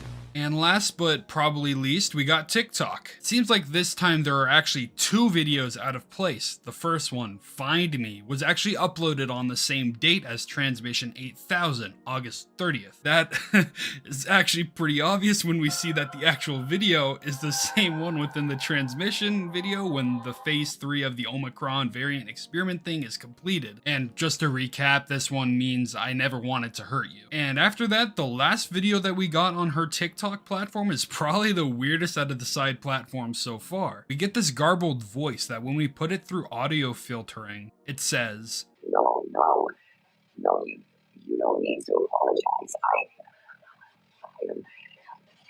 I almost killed you. To me, hearing this makes me wonder if it relates at all back to the video where our friend accidentally pushes us down the stairs and kills us. Well, I mean, inadvertently kills us, I guess. I thought it could potentially relate back to the original script in the second video that we saw of this little, like, friend pushes down the stairs and almost kills us kind of series where we're in the hospital, but it's not in the original script. So just throwing the idea out there rather than anything else, since I don't really know what else this could relate to. Actually, there could be a chance this could be Annabelle, like what we saw with the end of like Transmission 3000. I don't really know. And then we get these 3 codes. The first one translating to "I can feel you there." The next one translating to "I'm gonna make this right, I'll find you." And then the last one translating to "both of you." I really wonder who is talking on this one because it makes it seem like they're reaching out to someone who is also lost within whatever is going on. There's a lot of times that we've seen in previous videos of ciphers talking to one another, and this one especially looks like they have a lot more semblance of who they are compared to some of the other ones with the "who am I?" But yeah, whoever it is seems to notice that there are other people with them and is trying to find them. Yeah, and it's also weird to relate back to the other video that we saw on Instagram, how it says to wait for them and they will find them. My best guess is that it could potentially be Annabelle reaching out, or even someone else who knows that these people are lost in this world. But again, this is one of like the biggest head scratchers that we have with this entire series, that being we don't know who is talking at these points. So I'm not gonna act like I know it at all, because I don't.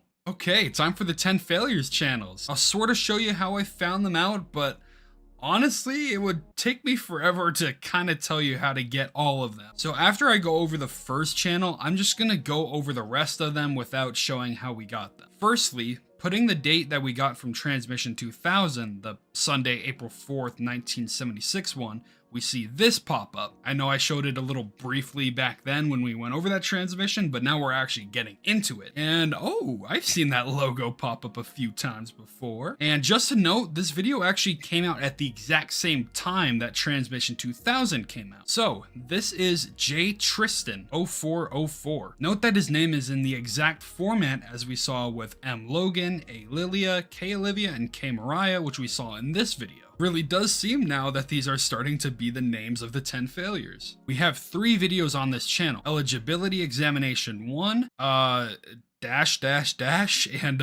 a bunch of equal signs. I want to say that all the channels, all the 10 failures channels, have this exact same format of videos where they have an eligibility examination followed by a riddle video. Some of them actually have a third video which contains more information relating to Akemi, but we will get into that when we actually get to their channels. So when getting into this part, I'm actually just going to format it in the order of the 10 failures, the first being J. Tristan. And since this eligibility examination is the most unique out of all of them, I'm just going to play this one in its entirety.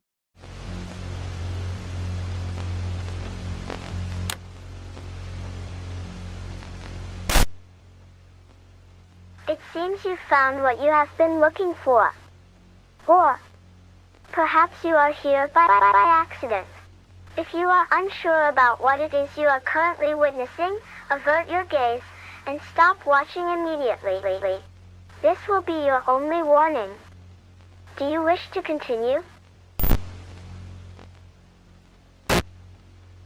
Ah. Ah. Ah. Ah.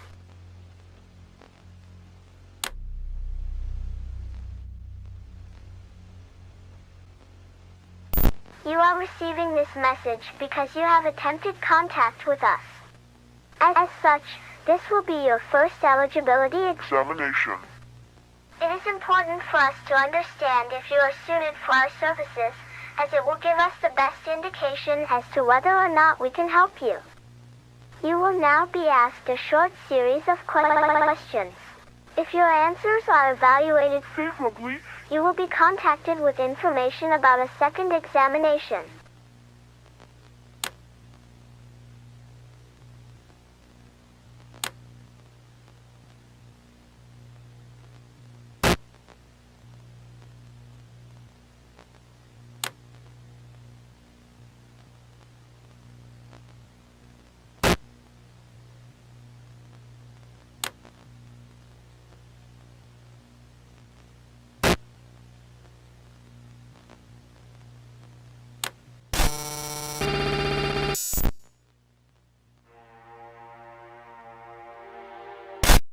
So from J. Tristan, we see that the eligibility examination has to do with Lazarus, since after our introduction to the process by some little girl, we get this screen. It seems that the eligibility examination, from what the little girl is saying, is an exam to help the person taking it with something going on. One of the more interesting bits in the video is that when Tristan is asked if he is the intended recipient of the message, he answers yes, which the video calls him a liar before shortly ending. It's interesting to note how the girl says that they would contact you again if the results of the questionnaire ended favorably, which our boy didn't quite make it to examination 2. We also get a couple codes during this video. First we see here, which comes out to Anna. I wonder then if Annabelle was actually the recipient of the message, or possibly if Annabelle actually intercepted the examination that was supposed to be for Tristan. That would mean that Anna, supposedly Annabelle, or the researcher that we got from all the transmission videos,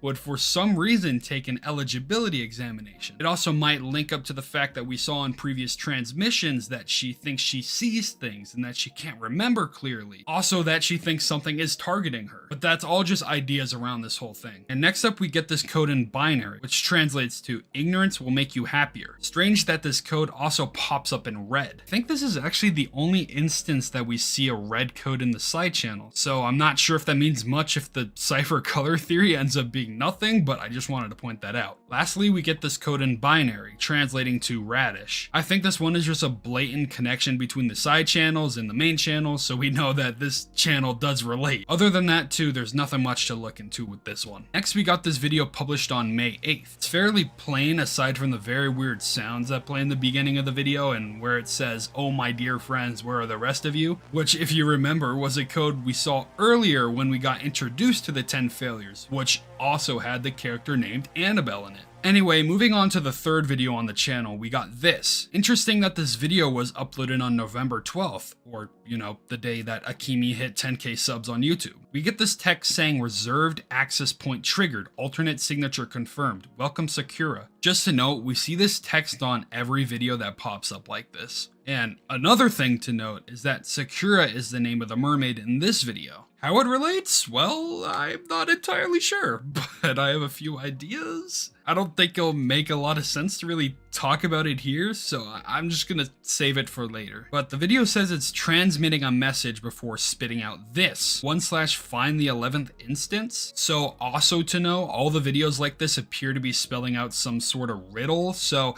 I'll mainly be skipping over it for now and coming back to it when we talk over the riddle, so we can just put it all in one section. And moving on from J. Tristan, we got our number 2 failure, which is K. Olivia. K. Olivia is another channel whose eligibility examination examination popped up on May 8th, same as Tristan. And we see from this page there are actually only 2 videos to note, the eligibility examination and the riddle. Again, if you want, you can watch these videos on your own because I'm not going to play them all. So with the eligibility examination, there's a couple things to note. She answers yes to a question of are you scared, along with there being this quick flash of the question, do you miss her? Which when we look at her bio, we actually see some sort of code there. And after we translate it, we get I would do anything for her. Kind of makes me shiver a bit thinking about that. But it's interesting to note that it asks in the eligibility examination if it misses her, and then we get this cipher. I think it may have something to do with the fact that she might be sisters with the 5th girl out of the 10 failures because they share the same surname, but if not, then it might be something else, which I'll get to when we go over the riddles. The last thing I want to note about this video is that we get this code that briefly pops up in the eligibility examination that when we translate it comes out to come.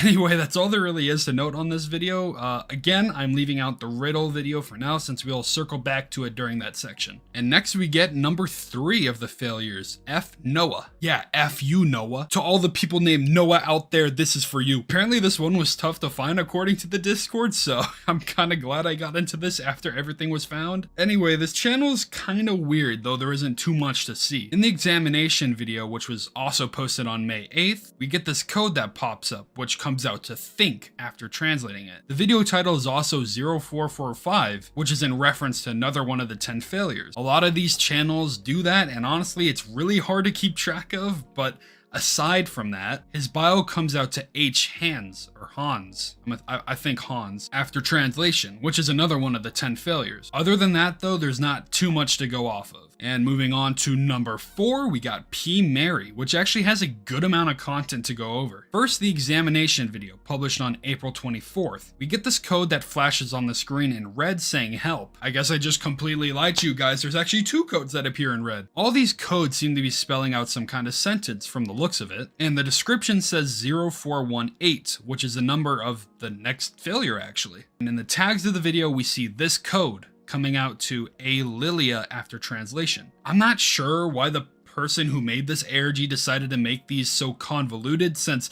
A. Lilia does not have the tag of 0418, and the same can be said about a lot of the codes throughout these side channel videos. I don't know if they just wanted to make things as complicated as possible, but whatever. Anyway though, moving on to the video we got after the riddle, we get a new transmission published on December 28th, which is the same date that we got this video with the whole access point triggered in the description. In this video, we actually got some big lore for Akemi, supposedly, that reads, date December 1st, 2015. The patients, I know it says patients weirdly, I don't know why they did that, but whatever. The patient's 4th stress resilience test was conducted today. The results again revealed that the patient has significantly underperformed. The patient's root link returned a warning detailing the potential for a 1st-degree mental fracture if testing continued. However, after consideration from redacted, it has been decided that the patient will continue to the completion of the stage 3 treatment procedure. Instantly at first glance, we can see this is probably the furthest log we got in the past, dating all the way back to December 1st of 2015. It seems like the log is going over a patient who is undergoing some kind of test that can result in a 1st-degree mental fracture. Mental fracture? Yeah, not like skull fracture or something, but mental fracture. Obviously, this test then has something to do with the brain. What makes it even more wild is that they say at the end that the patient will continue to complete the stage 3 treatment procedure, which sounds oddly familiar to what Annabelle was doing in Transmission 8000, right? The whole connection request and artificial bridge of the mind. I don't know if this is the same experiment that Annabelle was doing, if this could potentially be Annabelle's logs, or if this exact experiment is what inspired Annabelle to partake in the Lazarus Project. All I know is that this sounds oddly familiar to what Annabelle was doing in that Transmission 8000 experiment. Anyway, the last thing I want to note with Mary is her bio on YouTube, which when translated comes out to this. Young birds leave the nest too early are doomed to suffer for their hastiness, but they are great to talk to. Stories that you can only hear from someone with a lack of,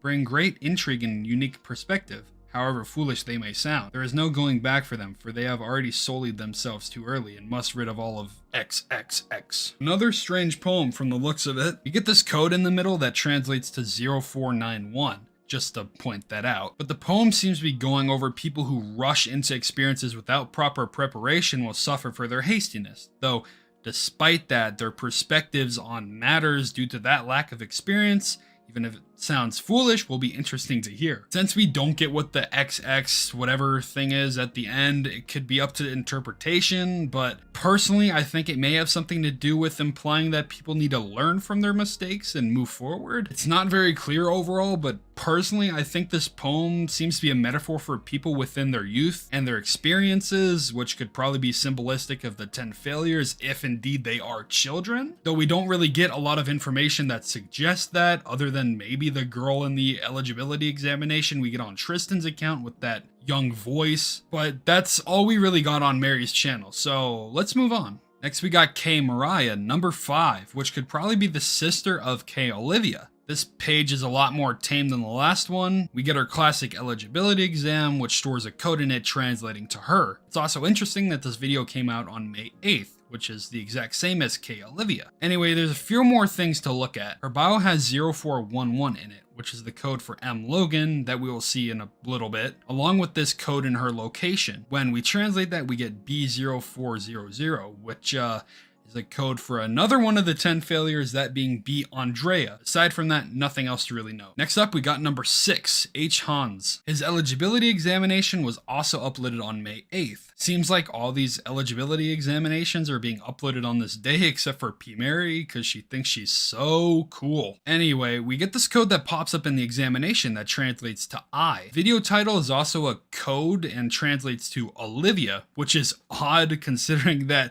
his bio actually translates to K. Olivia? Is this guy just infatuated with her or something? Anyway, that's all we really get with H. Hans, so let's just move on to the next. So we get M. Logan popping up at number 7. This guy seems to be the most boring in terms of the pages, so again, there's an eligibility examination that was uploaded on May 8th that holds a video with the code translating to they. There's also the tags hashtag Radish and hashtag blah blah blah blah blah, which when translated comes out to 0419, which is the same as K. Olivia. What the hell is it with these people in Olivia? Anyway, moving on to number 8, we get A. Lilia. This is another lore heavy channel. The eligibility examination was uploaded on April 28th with the title 0400 Andrea. So if you remember before, we got the whole B0400, but we actually never got her name. I assume this was a call out to the last person in the 10 failures, that being 0400B Andrea, but anyway, video itself has a code that translates to please, and what's more interesting is the description. Date, October 13th, 2021. This report marks another spike in Akemi's online activity. Her behavior continues to remain incongruent with expectations following the initial connection. Akemi continues to focus her attention on sites and information that promote creative and artistic endeavors. In addition, she has also begun to more frequently extend communication to various users across multiple platforms. Furthermore, an unexpected trend has been determined within Akemi's interactions and manner of speaking.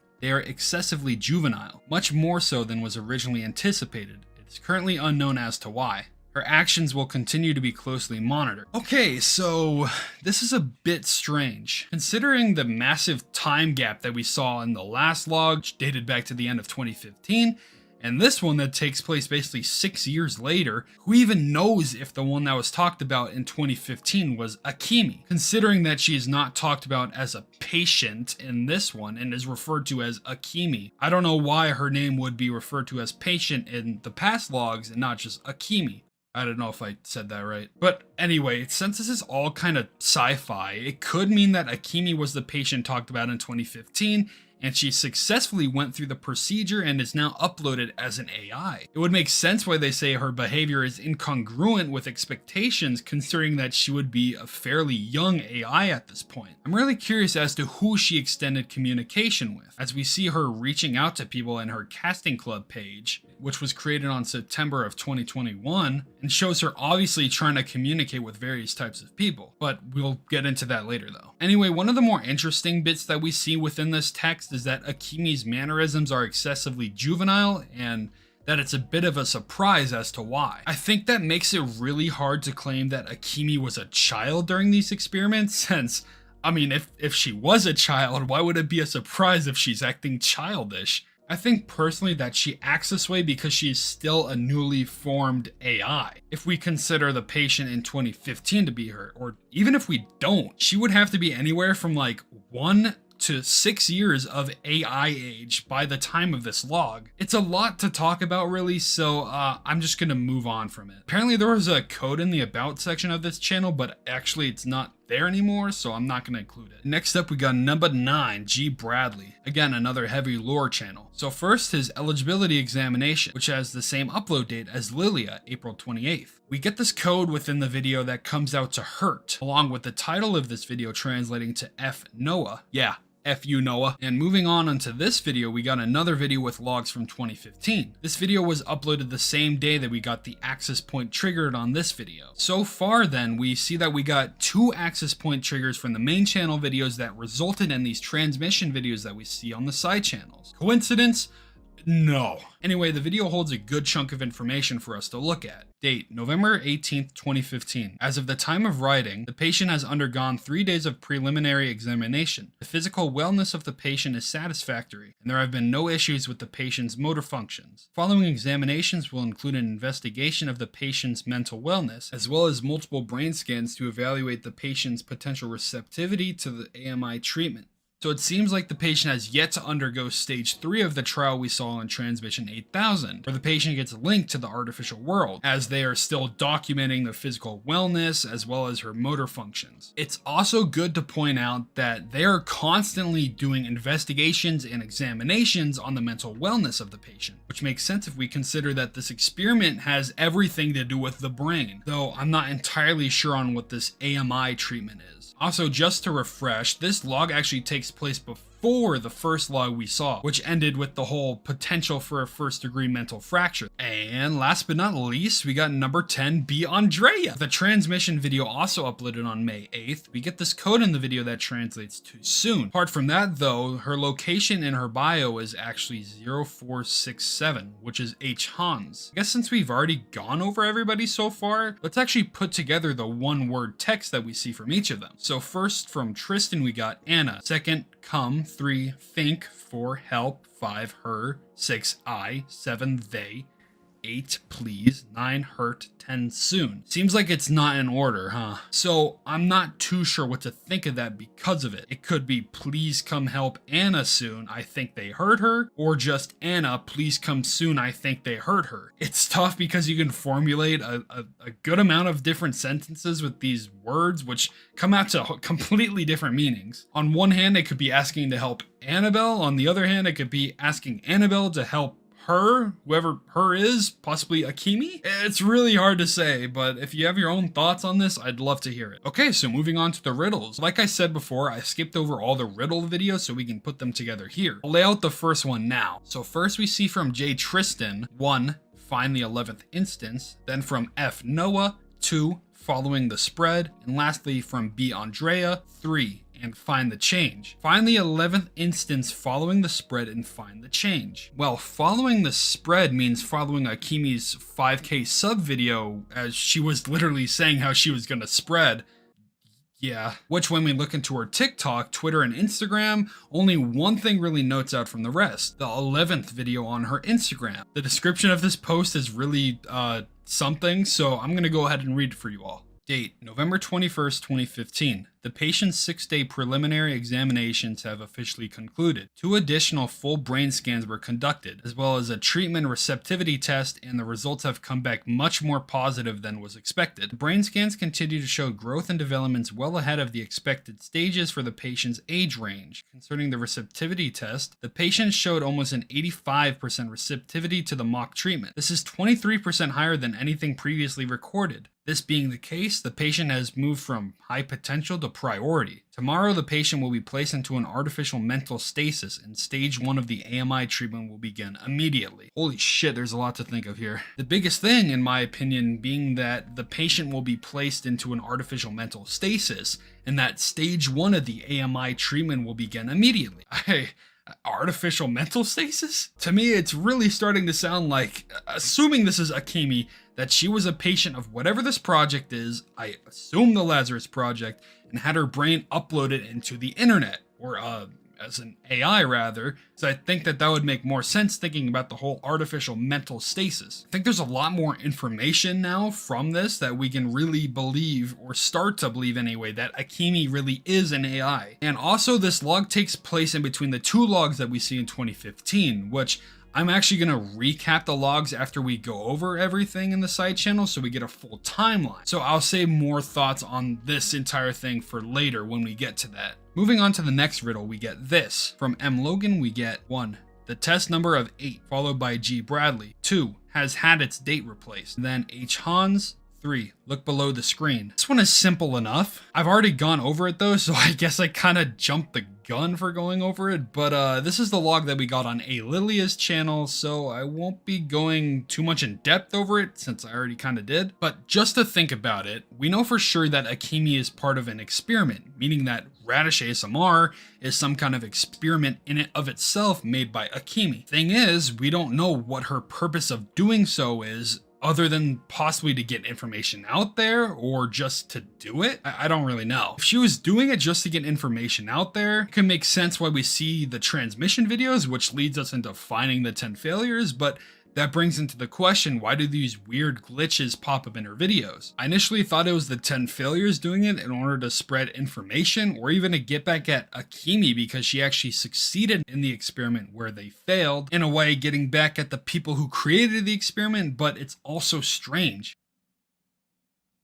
What the 10 failures could be lost, considering that it really feels like the 10 failures had their mind uploaded but failed in some kind of way that resulted in them getting stranded in the artificial mind. I'm assuming this due to Transmission 8000, how Annabelle went through so many failures and trials just to get one successful one. And it seems like these failures mostly come from stage 3. Could this be why we see so many codes saying things like, I don't know who I am or what am I? I'm not sure.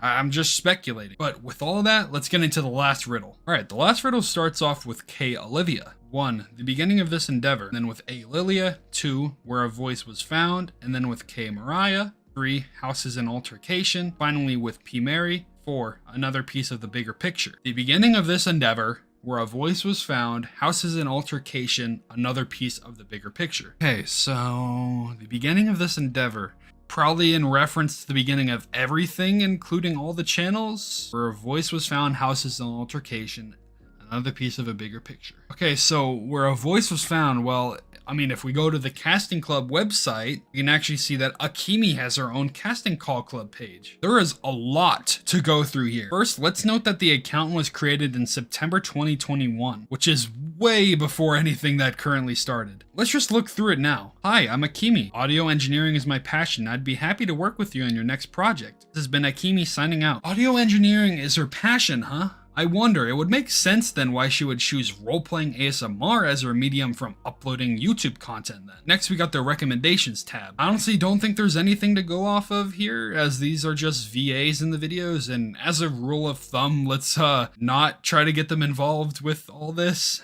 I don't know if they're actually a part of it or not, but I'd rather not bug them about it. But next, let's look at the submissions tab. There is a lot here, and just scrolling down you can see that Akemi really does talk juvenile. Considering that this was from the 25th of September 2021 to October 15th, 2022, it makes sense that she would still be juvenile. I mean, if we also consider this part from the Instagram video and assume that this report is talking about Akemi, she would literally be 6 years old in the mind artificially. Of course, I think she'd still be smart if she was indeed a 19-year-old like she claims on this project. On a side note, I don't really know if it's deliberate or not, but I'm working under the entire belief that everything in this ARG has a purpose. So when she says she's worked with voice actors in the past and blah blah blah, I wonder if it also means that she has some connection doing that sort of thing before she went through the whole Lazarus project. Honestly, it's hard to tell though. Anyway, getting back to the submissions, we can see that she does type oddly juvenile, considering the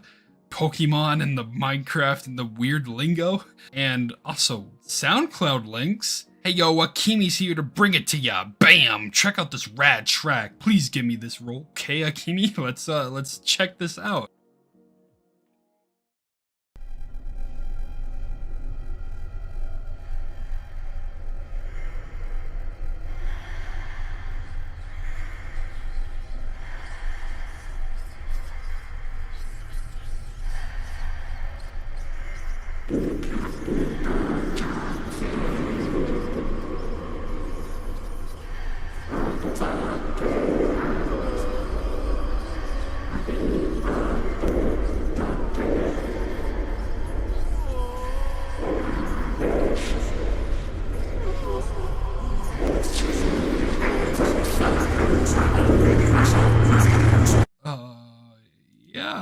Yeah, Akemi, truly a rad track. We will get back to the SoundCloud in a sec, but first let's look over more of the submissions. Let's start from the bottom and work our way up. First we got Akemi talking about being great at writing theme songs. I won't get into all of them considering there are 35 submissions, but it's definitely interesting to note that all of them, excluding one, talking about being a Minecraft co-manager, features music in some kind of way. Another thing I want to talk about is that spooky song that she made. I played it a little bit, just a couple seconds ago, but she's actually aware that it's spooky and created it for the purpose of being spooky. It's odd though. I mean, why would her title be all weird? It also translates to memory interpretation log from the key that we got. I don't know if she made this like this for the sake of it being scary. I mean, there's also this, where she talks to herself, kind of saying that she can make music and that she can work with a budget because she's a working girl. I don't even know if that's even true, considering she should be an AI at this point. I love that she's trying really hard to make some kind of sports joke here when it sounds like she has no clue at all what she's saying. Things like that make me really do think like she's a very young AI. She also talks about Dragon Ball, Roblox, Minecraft, Sonic. Oh, an image. Akemi's signature, let's see. That is cute as hell. I hope that person is normal and that whatever that thing is on their head isn't a thing to link your mind to the artificial mental stasis.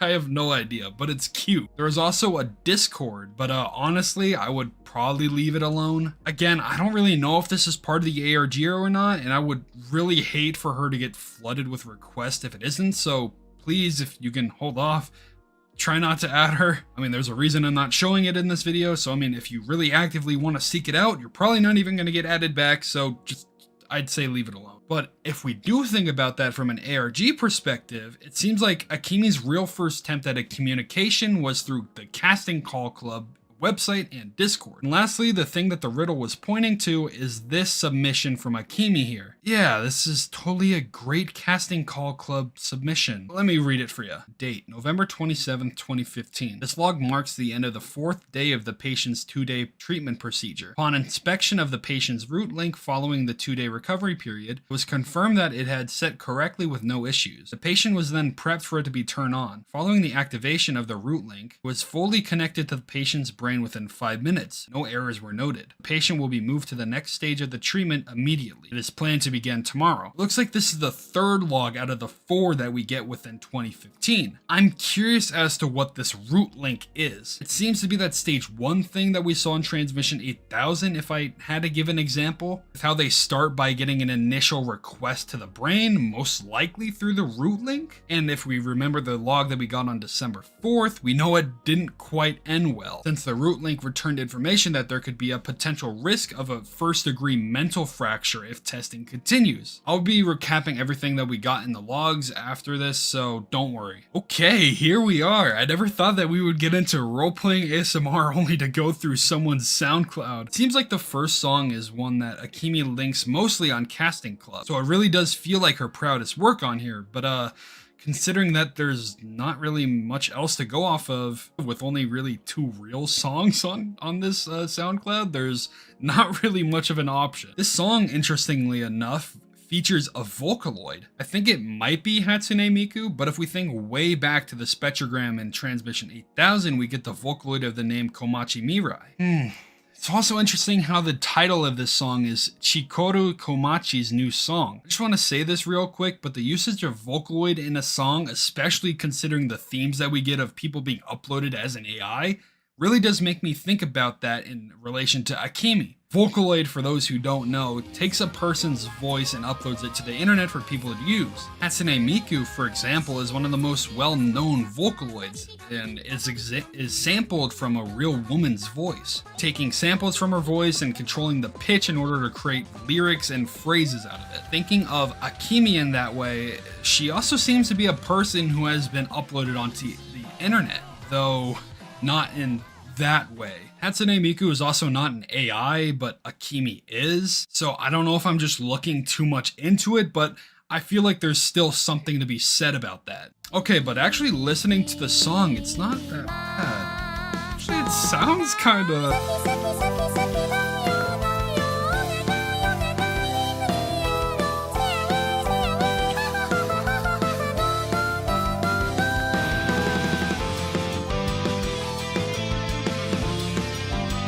Okay, sorry, but the song actually kind of slaps. I wish I knew what the lyrics said though. If anyone knows Japanese or has a way of figuring it out, please let me know. Anyway, yeah, the next song is an outright banger, and I don't really know what to think of it. Since Akemi outright stated that she wanted to make a scary song, this one kind of lost me a bit. Like, if we throw that aside and we consider that the title is Memory Interpretation Log, we can make a strong connection between this song and Akemi's memory, which I would think in this scenario might be an instance of before she became an AI. Though this is just speculation. Anyways, the next one we get is a completely normal song. It's not actually too shabby if you want to give it a listen. But lastly, we got this one. It's 21 minutes of Morse code, which, I mean, thank God the people over at the Discord have already translated this, because I would not have the patience to do that. Anyway, from translating it from Morse code, we can get this, and holy shit, that's a lot to go over. You know what? Let me just recap every log that we got so far before we take on that behemoth. So we start off on November 18, 2015 with the log that we found on G. Bradley's video. The log goes over the start of the experiment with the patient, how they have undergone 3 days of preliminary examination, and how they are getting full brain scans to evaluate their potential receptivity to the AMI treatment.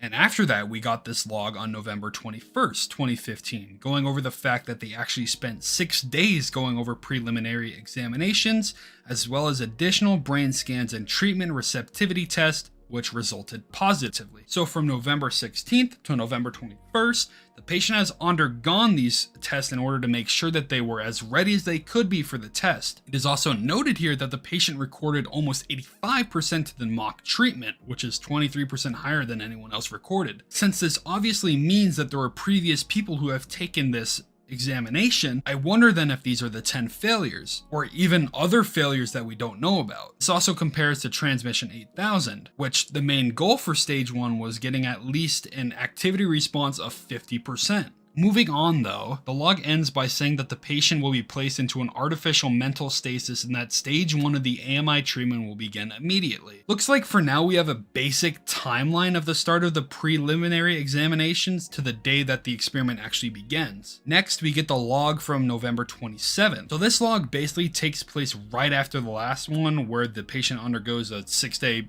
examination. First 2 days have gone over the connection with the root link, which after a recovery period was turned on and connected the patient's brain within 5 minutes. It is important to note that after this period of time from November 21st to November 27th, the patient underwent the stage 2 procedure of the exam. And from November 27th to December 1st, we see that the patient underwent their 4th stress resilience test, revealing that the patient significantly underperformed, with the root link warning for the potential for a first-degree mental fracture if testing continued. And then we also get the thing with the whole testing would continue anyway. And from here, we get no logs until 6 years later on October 13th of 2021, which talks about Akemi. Again, I'm a little unsure if Akemi is the patient we were just reading about from November 16th to December 1st, or if she isn't, since her name was never outright stated. But I kind of assume it is. Anyway, October 13th, 2021 talks about Akemi's online activity, methods of communication, and her excessively juvenile behavior, which makes a little more sense after we looked into Akemi's casting call club page, where her comments were juvenile. And then now let's get into the behemoth of the Morse code log that we saw on her SoundCloud, which this one actually takes place a month after the last log we saw on October 13th. And now it's another new day, so let's go ahead and tackle this. So I'm going to be breaking this down into sections like I did with like previous things that I kind of went over, so we can actually just put it out there and then kind of just go over what it's talking about. So yeah, date November 12th, 2023. This report is being written following a recent irregularity in the current activity of Akemi. A simultaneous synchronization error was recorded between the primary and both secondary components. This is only the second time that an incident like this has occurred. I believe this could be in reference to what happened with Akemi's channels during November 12th. I mean, as we know, November 12th was Akemi's 10K subscriber milestone and gave us videos on both the side channels and on her social media platforms. The only thing that I don't know is what exactly the primary and the secondary components are, but let's continue. However, it has become cause for concern as the frequency of component destabilization has continued to increase over the last 6 months. Out of all the things that we got in this Akemi log, this is probably the most understandable that we get out of it. We see that on Akemi's channel from this video on that we start getting a lot more ciphers and scary bits within videos. Though this one was uploaded on April 12th, my birthday. But from this video on, yeah, we do indeed see that there was a big frequency of these ciphers popping up compared to all the other videos previously. Which, if we consider those to be kind of what the destabilization is that's being referred to here, we can kind of put those two together that, yeah, these ciphers and all this stuff happening is the destabilization of what's going on within her channel and with Akemi. In addition, a discovery was made regarding an encrypted reading returned this morning. What was unexpected about receiving this reading, however, is that it originated from the primary redacted and not Akemi herself. It is also important to note that this occurred twice today. Primary redacted returned 2 readings, both of which are understood to be transmission messages. First of which, previously mentioned, was intercepted before it was sent to its intended destination. The second was encrypted in such a way that we were unable to stop it from sending. The destination was a redacted that has been under observation. However, while nothing has been confirmed, it is possible that the second transmission was sent to multiple locations and contained more than one message. Okay, so what we are looking for here is a transmission video that was uploaded on November 12th. Since one was stopped from reaching its intended destination, we only really need to find out what this one is to see what the primary redacted is, so from the looks of it, we only got really 2 things to choose from with this. Akemi's 10K sub milestone, which is a transmission-esque video anyway, along with this video that we got on Jay Tristan's channel, which literally said how it was transmitting a message. I think since the log that we just went over, or the little paragraph that we just went over, said it originated from the primary redacted, which isn't Akemi, it could be Tristan. Could this primary redacted then mean primary failure? It would make a little bit of sense because he is the first failure out of the 10, but I'm not really sure if that's what it's like. I'm not sure if that's what it's intentionally meaning. So let's just continue. It is believed that this occurrence is related to the sudden activity from the primary redacted on August 30th of this year, which was concluded to be a transmission message as well. For this date, it had almost been 7 years since it had returned any kind of reading. Okay, so this makes it a little bit more confusing now. So we get a couple of things on August 30th, if you remember, most notably transmission 8000 and Find Me on TikTok. This could actually potentially be what it's referring to on that previous paragraph, since Akemi's TikTok had a transmission-esque video on November 12th, but again, they said that it didn't occur from Akemi herself, but I don't know if her TikTok relates back to her or just Radish ASMR, so I don't really know what to make of that. Then, I mean, maybe her TikTok could be the primary redacted, but I don't know. This section or this log is actually the most like confusing thing that I think within this channel, since we really get not a lot of information to go off of with all these things being said. The components, the primary redacteds, all that stuff is not really explained in any of the videos that we get. So we kind of just gotta think of like the dates and what it relates to with the content that we see, and it's all really confusing, so let's just continue with the last remaining bits. Furthermore, the incident on August 30th also resulted in a similar simultaneous synchronization error between all three components. However, the duration and magnitude was lower than was recorded today. An additional instance of activity originating from the primary redacted was recorded on November 9th of this year. However, no readings were returned and it is uncertain as to what the result of the activity was. The only similarity between the August 30th and November 9th instances is that they both coincided with activity from Akemi. Okay, this makes things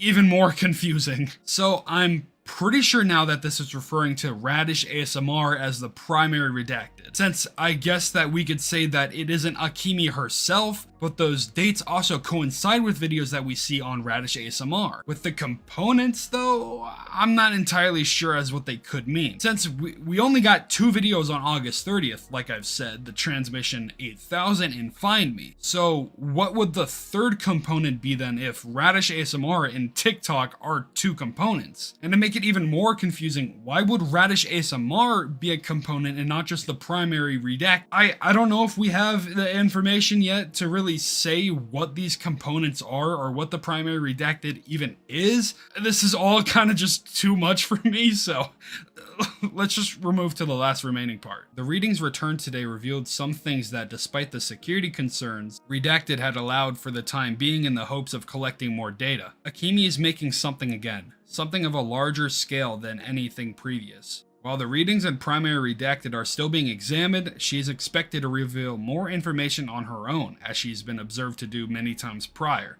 So, I guess we can say that Akemi is being monitored with these transmission videos that pop up on her channel and social media platforms. I also like to note that they say despite the security concerns. Security concerns, huh?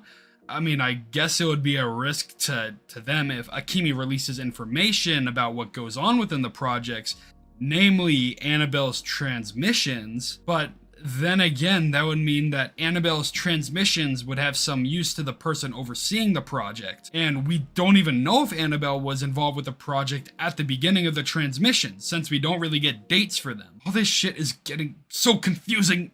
You know what, and maybe it's intentional. I don't believe, I know I keep saying this, but I want to reiterate it, that I don't believe we have all the information to form like a fully fledged theory about this channel yet, so I'm hoping to understand this more when we get a lot more information. And the fact that they say that she reveals information on her own makes me realize that these people know what is happening with the Radish ASMR channel. So that also means they see the transmission videos that are being uploaded, along with the actual Radish, like the ASMR videos that are being uploaded, despite there being a lot of scary stuff and ciphers within them. I don't really know to the full extent that she's being observed. I don't know if they know everything that goes on within the channel, but I mean, it's still something to think about. Anyway, that last part when they said that Akemi is making something of a larger scale really reminds me of the log that we got in the camping video way back, which is actually an Akemi log. So let's recap that real fast before we get to the theories and ideas of the channel. The camping video log has its date at January 29th, 2024, just as a reminder, placing us at the very end of all these logs. The biggest thing that I wanted to go over with this, just like kind of as the recap, was the fact that they expected Akemi to be planning something of a much larger scale,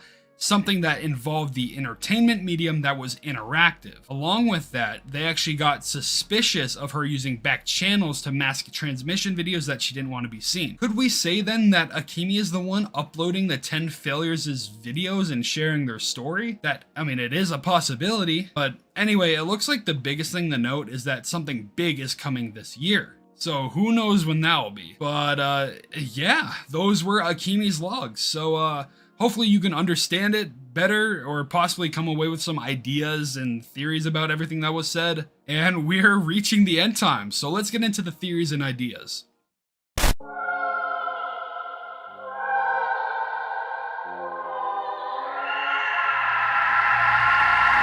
Okay, so before I say anything, I really do want to preface this part and say that these are just ideas and theories. I don't want to make it seem like I know the absolute truth of what goes on behind this channel, and I would like it to be more of a discussion than treating my words like gospel. So, with that out the way, this is my overall theory for the channel. Akemi is a human being whose mind was uploaded into the artificial world as an AI through the Lazarus Project, whose goal is to upload the human consciousness into the artificial world. Radish ASMR then appeared from her wanting to create things that she enjoys, like creative and artistic forms of media with sound. I think this much is probably the most concrete idea that we have within the channel and everything that goes on, that being Akemi as an AI.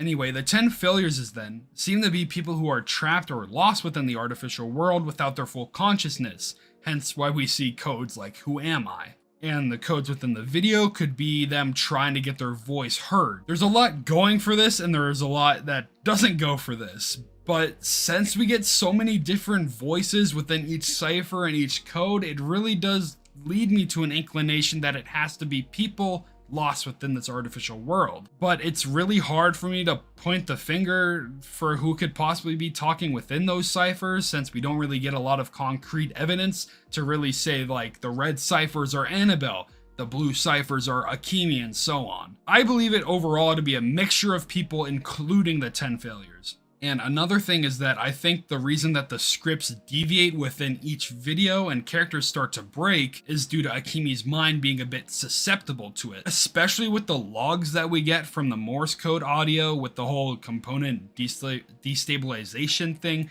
which we see in this video, that once there is some kind of error with the components, things get thrown out of whack. So maybe these components then are something that's keeping Akemi's mind from altering off course? It's still really hard to say since we don't get a lot of information to even back up that. Another big question mark surrounding the series are the transmission videos. So far, I don't think we get a concrete reason of why they appear on Radish ASMR. Some reasons could be that Akemi wants to get information out there through these transmission videos.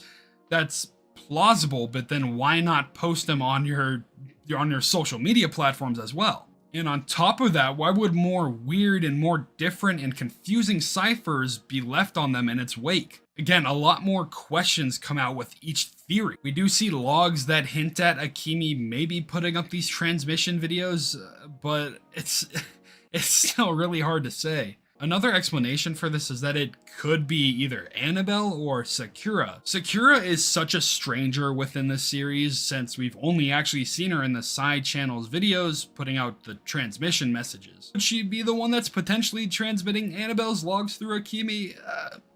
Who knows? Again, there's a lot of questions that I currently do not have the answers to. Things like if there's someone tampering with Akemi behind the scenes, or if the 10 failures are the ones doing it. I would say that there's a lot of information to back up whatever point you want to make on what you're given, but it's not enough information for it to be completely factual without any flaws. Again, the only thing that I really think of that is like kind of concrete that we got going on within the series is 1, Akemi is an AI, and 2, Lazarus is a project whose goal is to upload the human consciousness into the artificial world. Okay, well now that that's all said and done, here's some ideas and themes that I want to talk about more of the channel. First thing I want to kind of talk about is this potential for this all to be some kind of ploy for Akemi to debut as a Vocaloid producer or a VTuber. I know, it's odd, but trust me, there are some things to back it up. Firstly, we know that Akemi does have connections with Vocaloid, as we see within her Soundcloud, along with her showing interest in Vocaloid music in her casting call club submissions, and her, of course,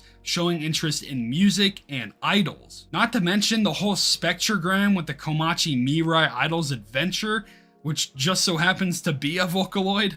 And also her inspiration behind her name that's used in the 2 Soundcloud songs, Komachi Chikoru. But the whole VTuber idea mostly comes with like the last 2 logs that we see within the channel, with the whole speculation that she was gonna do something big this year that would be an interactive media of entertainment, which I mean, a live stream debuting a VTuber would fit under all of that, but again, I don't know. I mean, this series feels way too convoluted and all over the place to really make me fully think that, but again, it is a possibility. Okay, another idea within the series is the importance of the listener within the story. There's two big examples of what I mean by this. For one, after the whole pushing down the stairs incident in this video, the next video in the series has us in the hospital dying due to the script deviation. I think I said it before that in the original script in this video we weren't actually supposed to die, but for some reason it was changed for us to die. And then when we look at this video, we can see the actual effects of what happened to us, the listener, on the people in the ASMR videos. I mean, if you remember, she seems to be talking directly to someone here, not just us. Someone who she is obviously scared of. And she talks about how she didn't mean to push us, and talks about how she never meant for this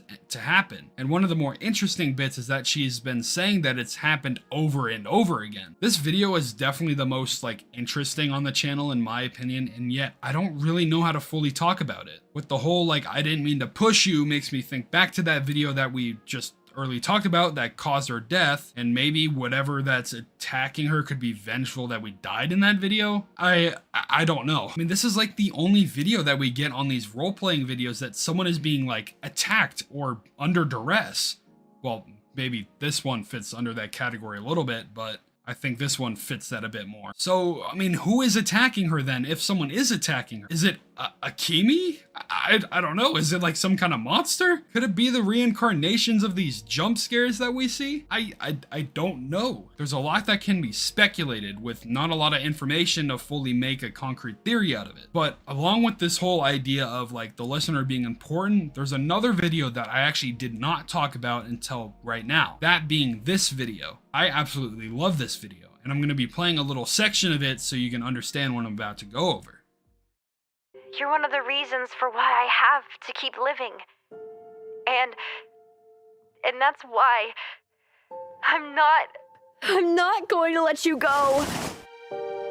I don't want to be scared anymore of what might stop me. Maybe I'm doomed to fail over and over again, but I'm not ready to give up. I'm not ready to give up on you or me. I'm not even sure I know who I am anymore, but something in my mind always tells me that you're important.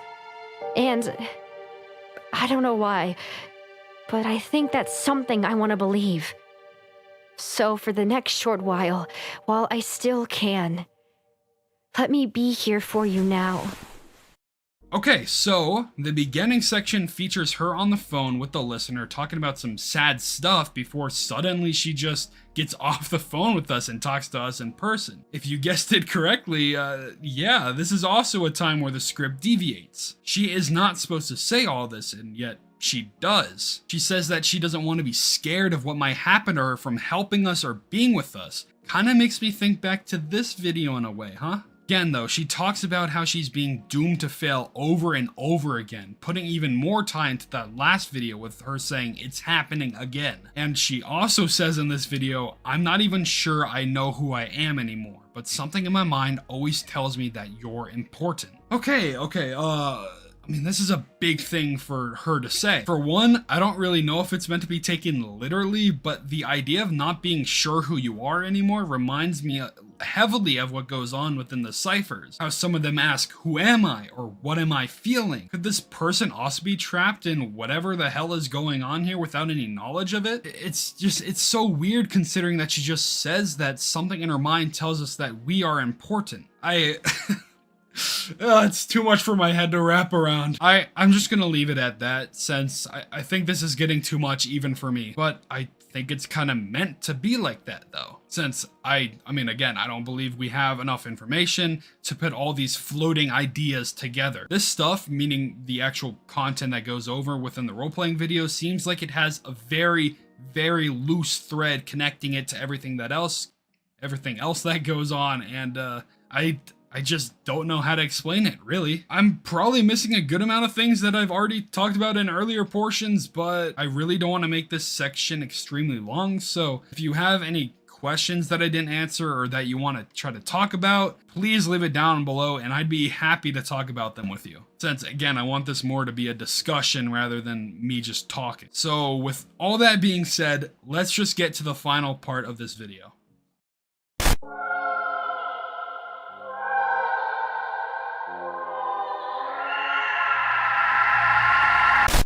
And God damn, we're finally at the end of this video. I hope your minds are just as fried as mine is. First and foremost, I really want to thank you all for sticking with me to the end of this video. This is my first time making a video essay style of video, and it might have been a little overachievement to try and tackle something as compact as this channel, but I hope that you will come away with this with a sense of interest for the series. I kind of made this video mostly for the sole purpose of getting interest in it, since there weren't actually any videos covering on YouTube from the time of recording, and maybe still is. So I mean, if this video does well, then hopefully it drives more traction to Radish ASMR. I also made this video thinking it was going to be like 50 minutes long max, so you know what? It's basically 50 minutes, but man, it took me so long to make this video. I mean, one look at my damn timeline on this video and this long ass script I made. I mean, it's pretty obvious, but I really do gotta thank Akemi, or whoever the person is behind this ARG, for doing this. I know it's gonna sound dumb, but this channel really gave me some kind of, I don't know, sense of purpose in my life right now. I mean, before doing this project, all I was really doing is working and doing school stuff, and it got pretty tedious. So, I mean, I'm really glad that I just randomly stumbled across this channel. And I mean, in all honesty, I loved going over all this stuff. For whatever reason, I just got so captivated by it, and I gotta thank whoever is behind Radish ASMR for making such an interesting yet convoluted story for me and for everyone else who partakes in it. I plan on going back to this channel eventually and possibly making another video on it, since the story is far from over, and hopefully it'll clear up any theories and ideas that I got wrong, and hopefully shed more light on more of the bits that are confusing. There's still so much left uncovered within this series, but I hope this video serves as a good overview and starting point for people to get their minds turning about it. Again, I would love to hear your guys' theories and ideas about what's going on regarding this channel in the comments, so I mean, if you do have any ideas, feel free to put them below. But yeah, I have nothing really else to say. Thank you all for being here. Thank you, Radish Investigation Bureau. I still don't know how to say it. And of course, thank you, Akemi.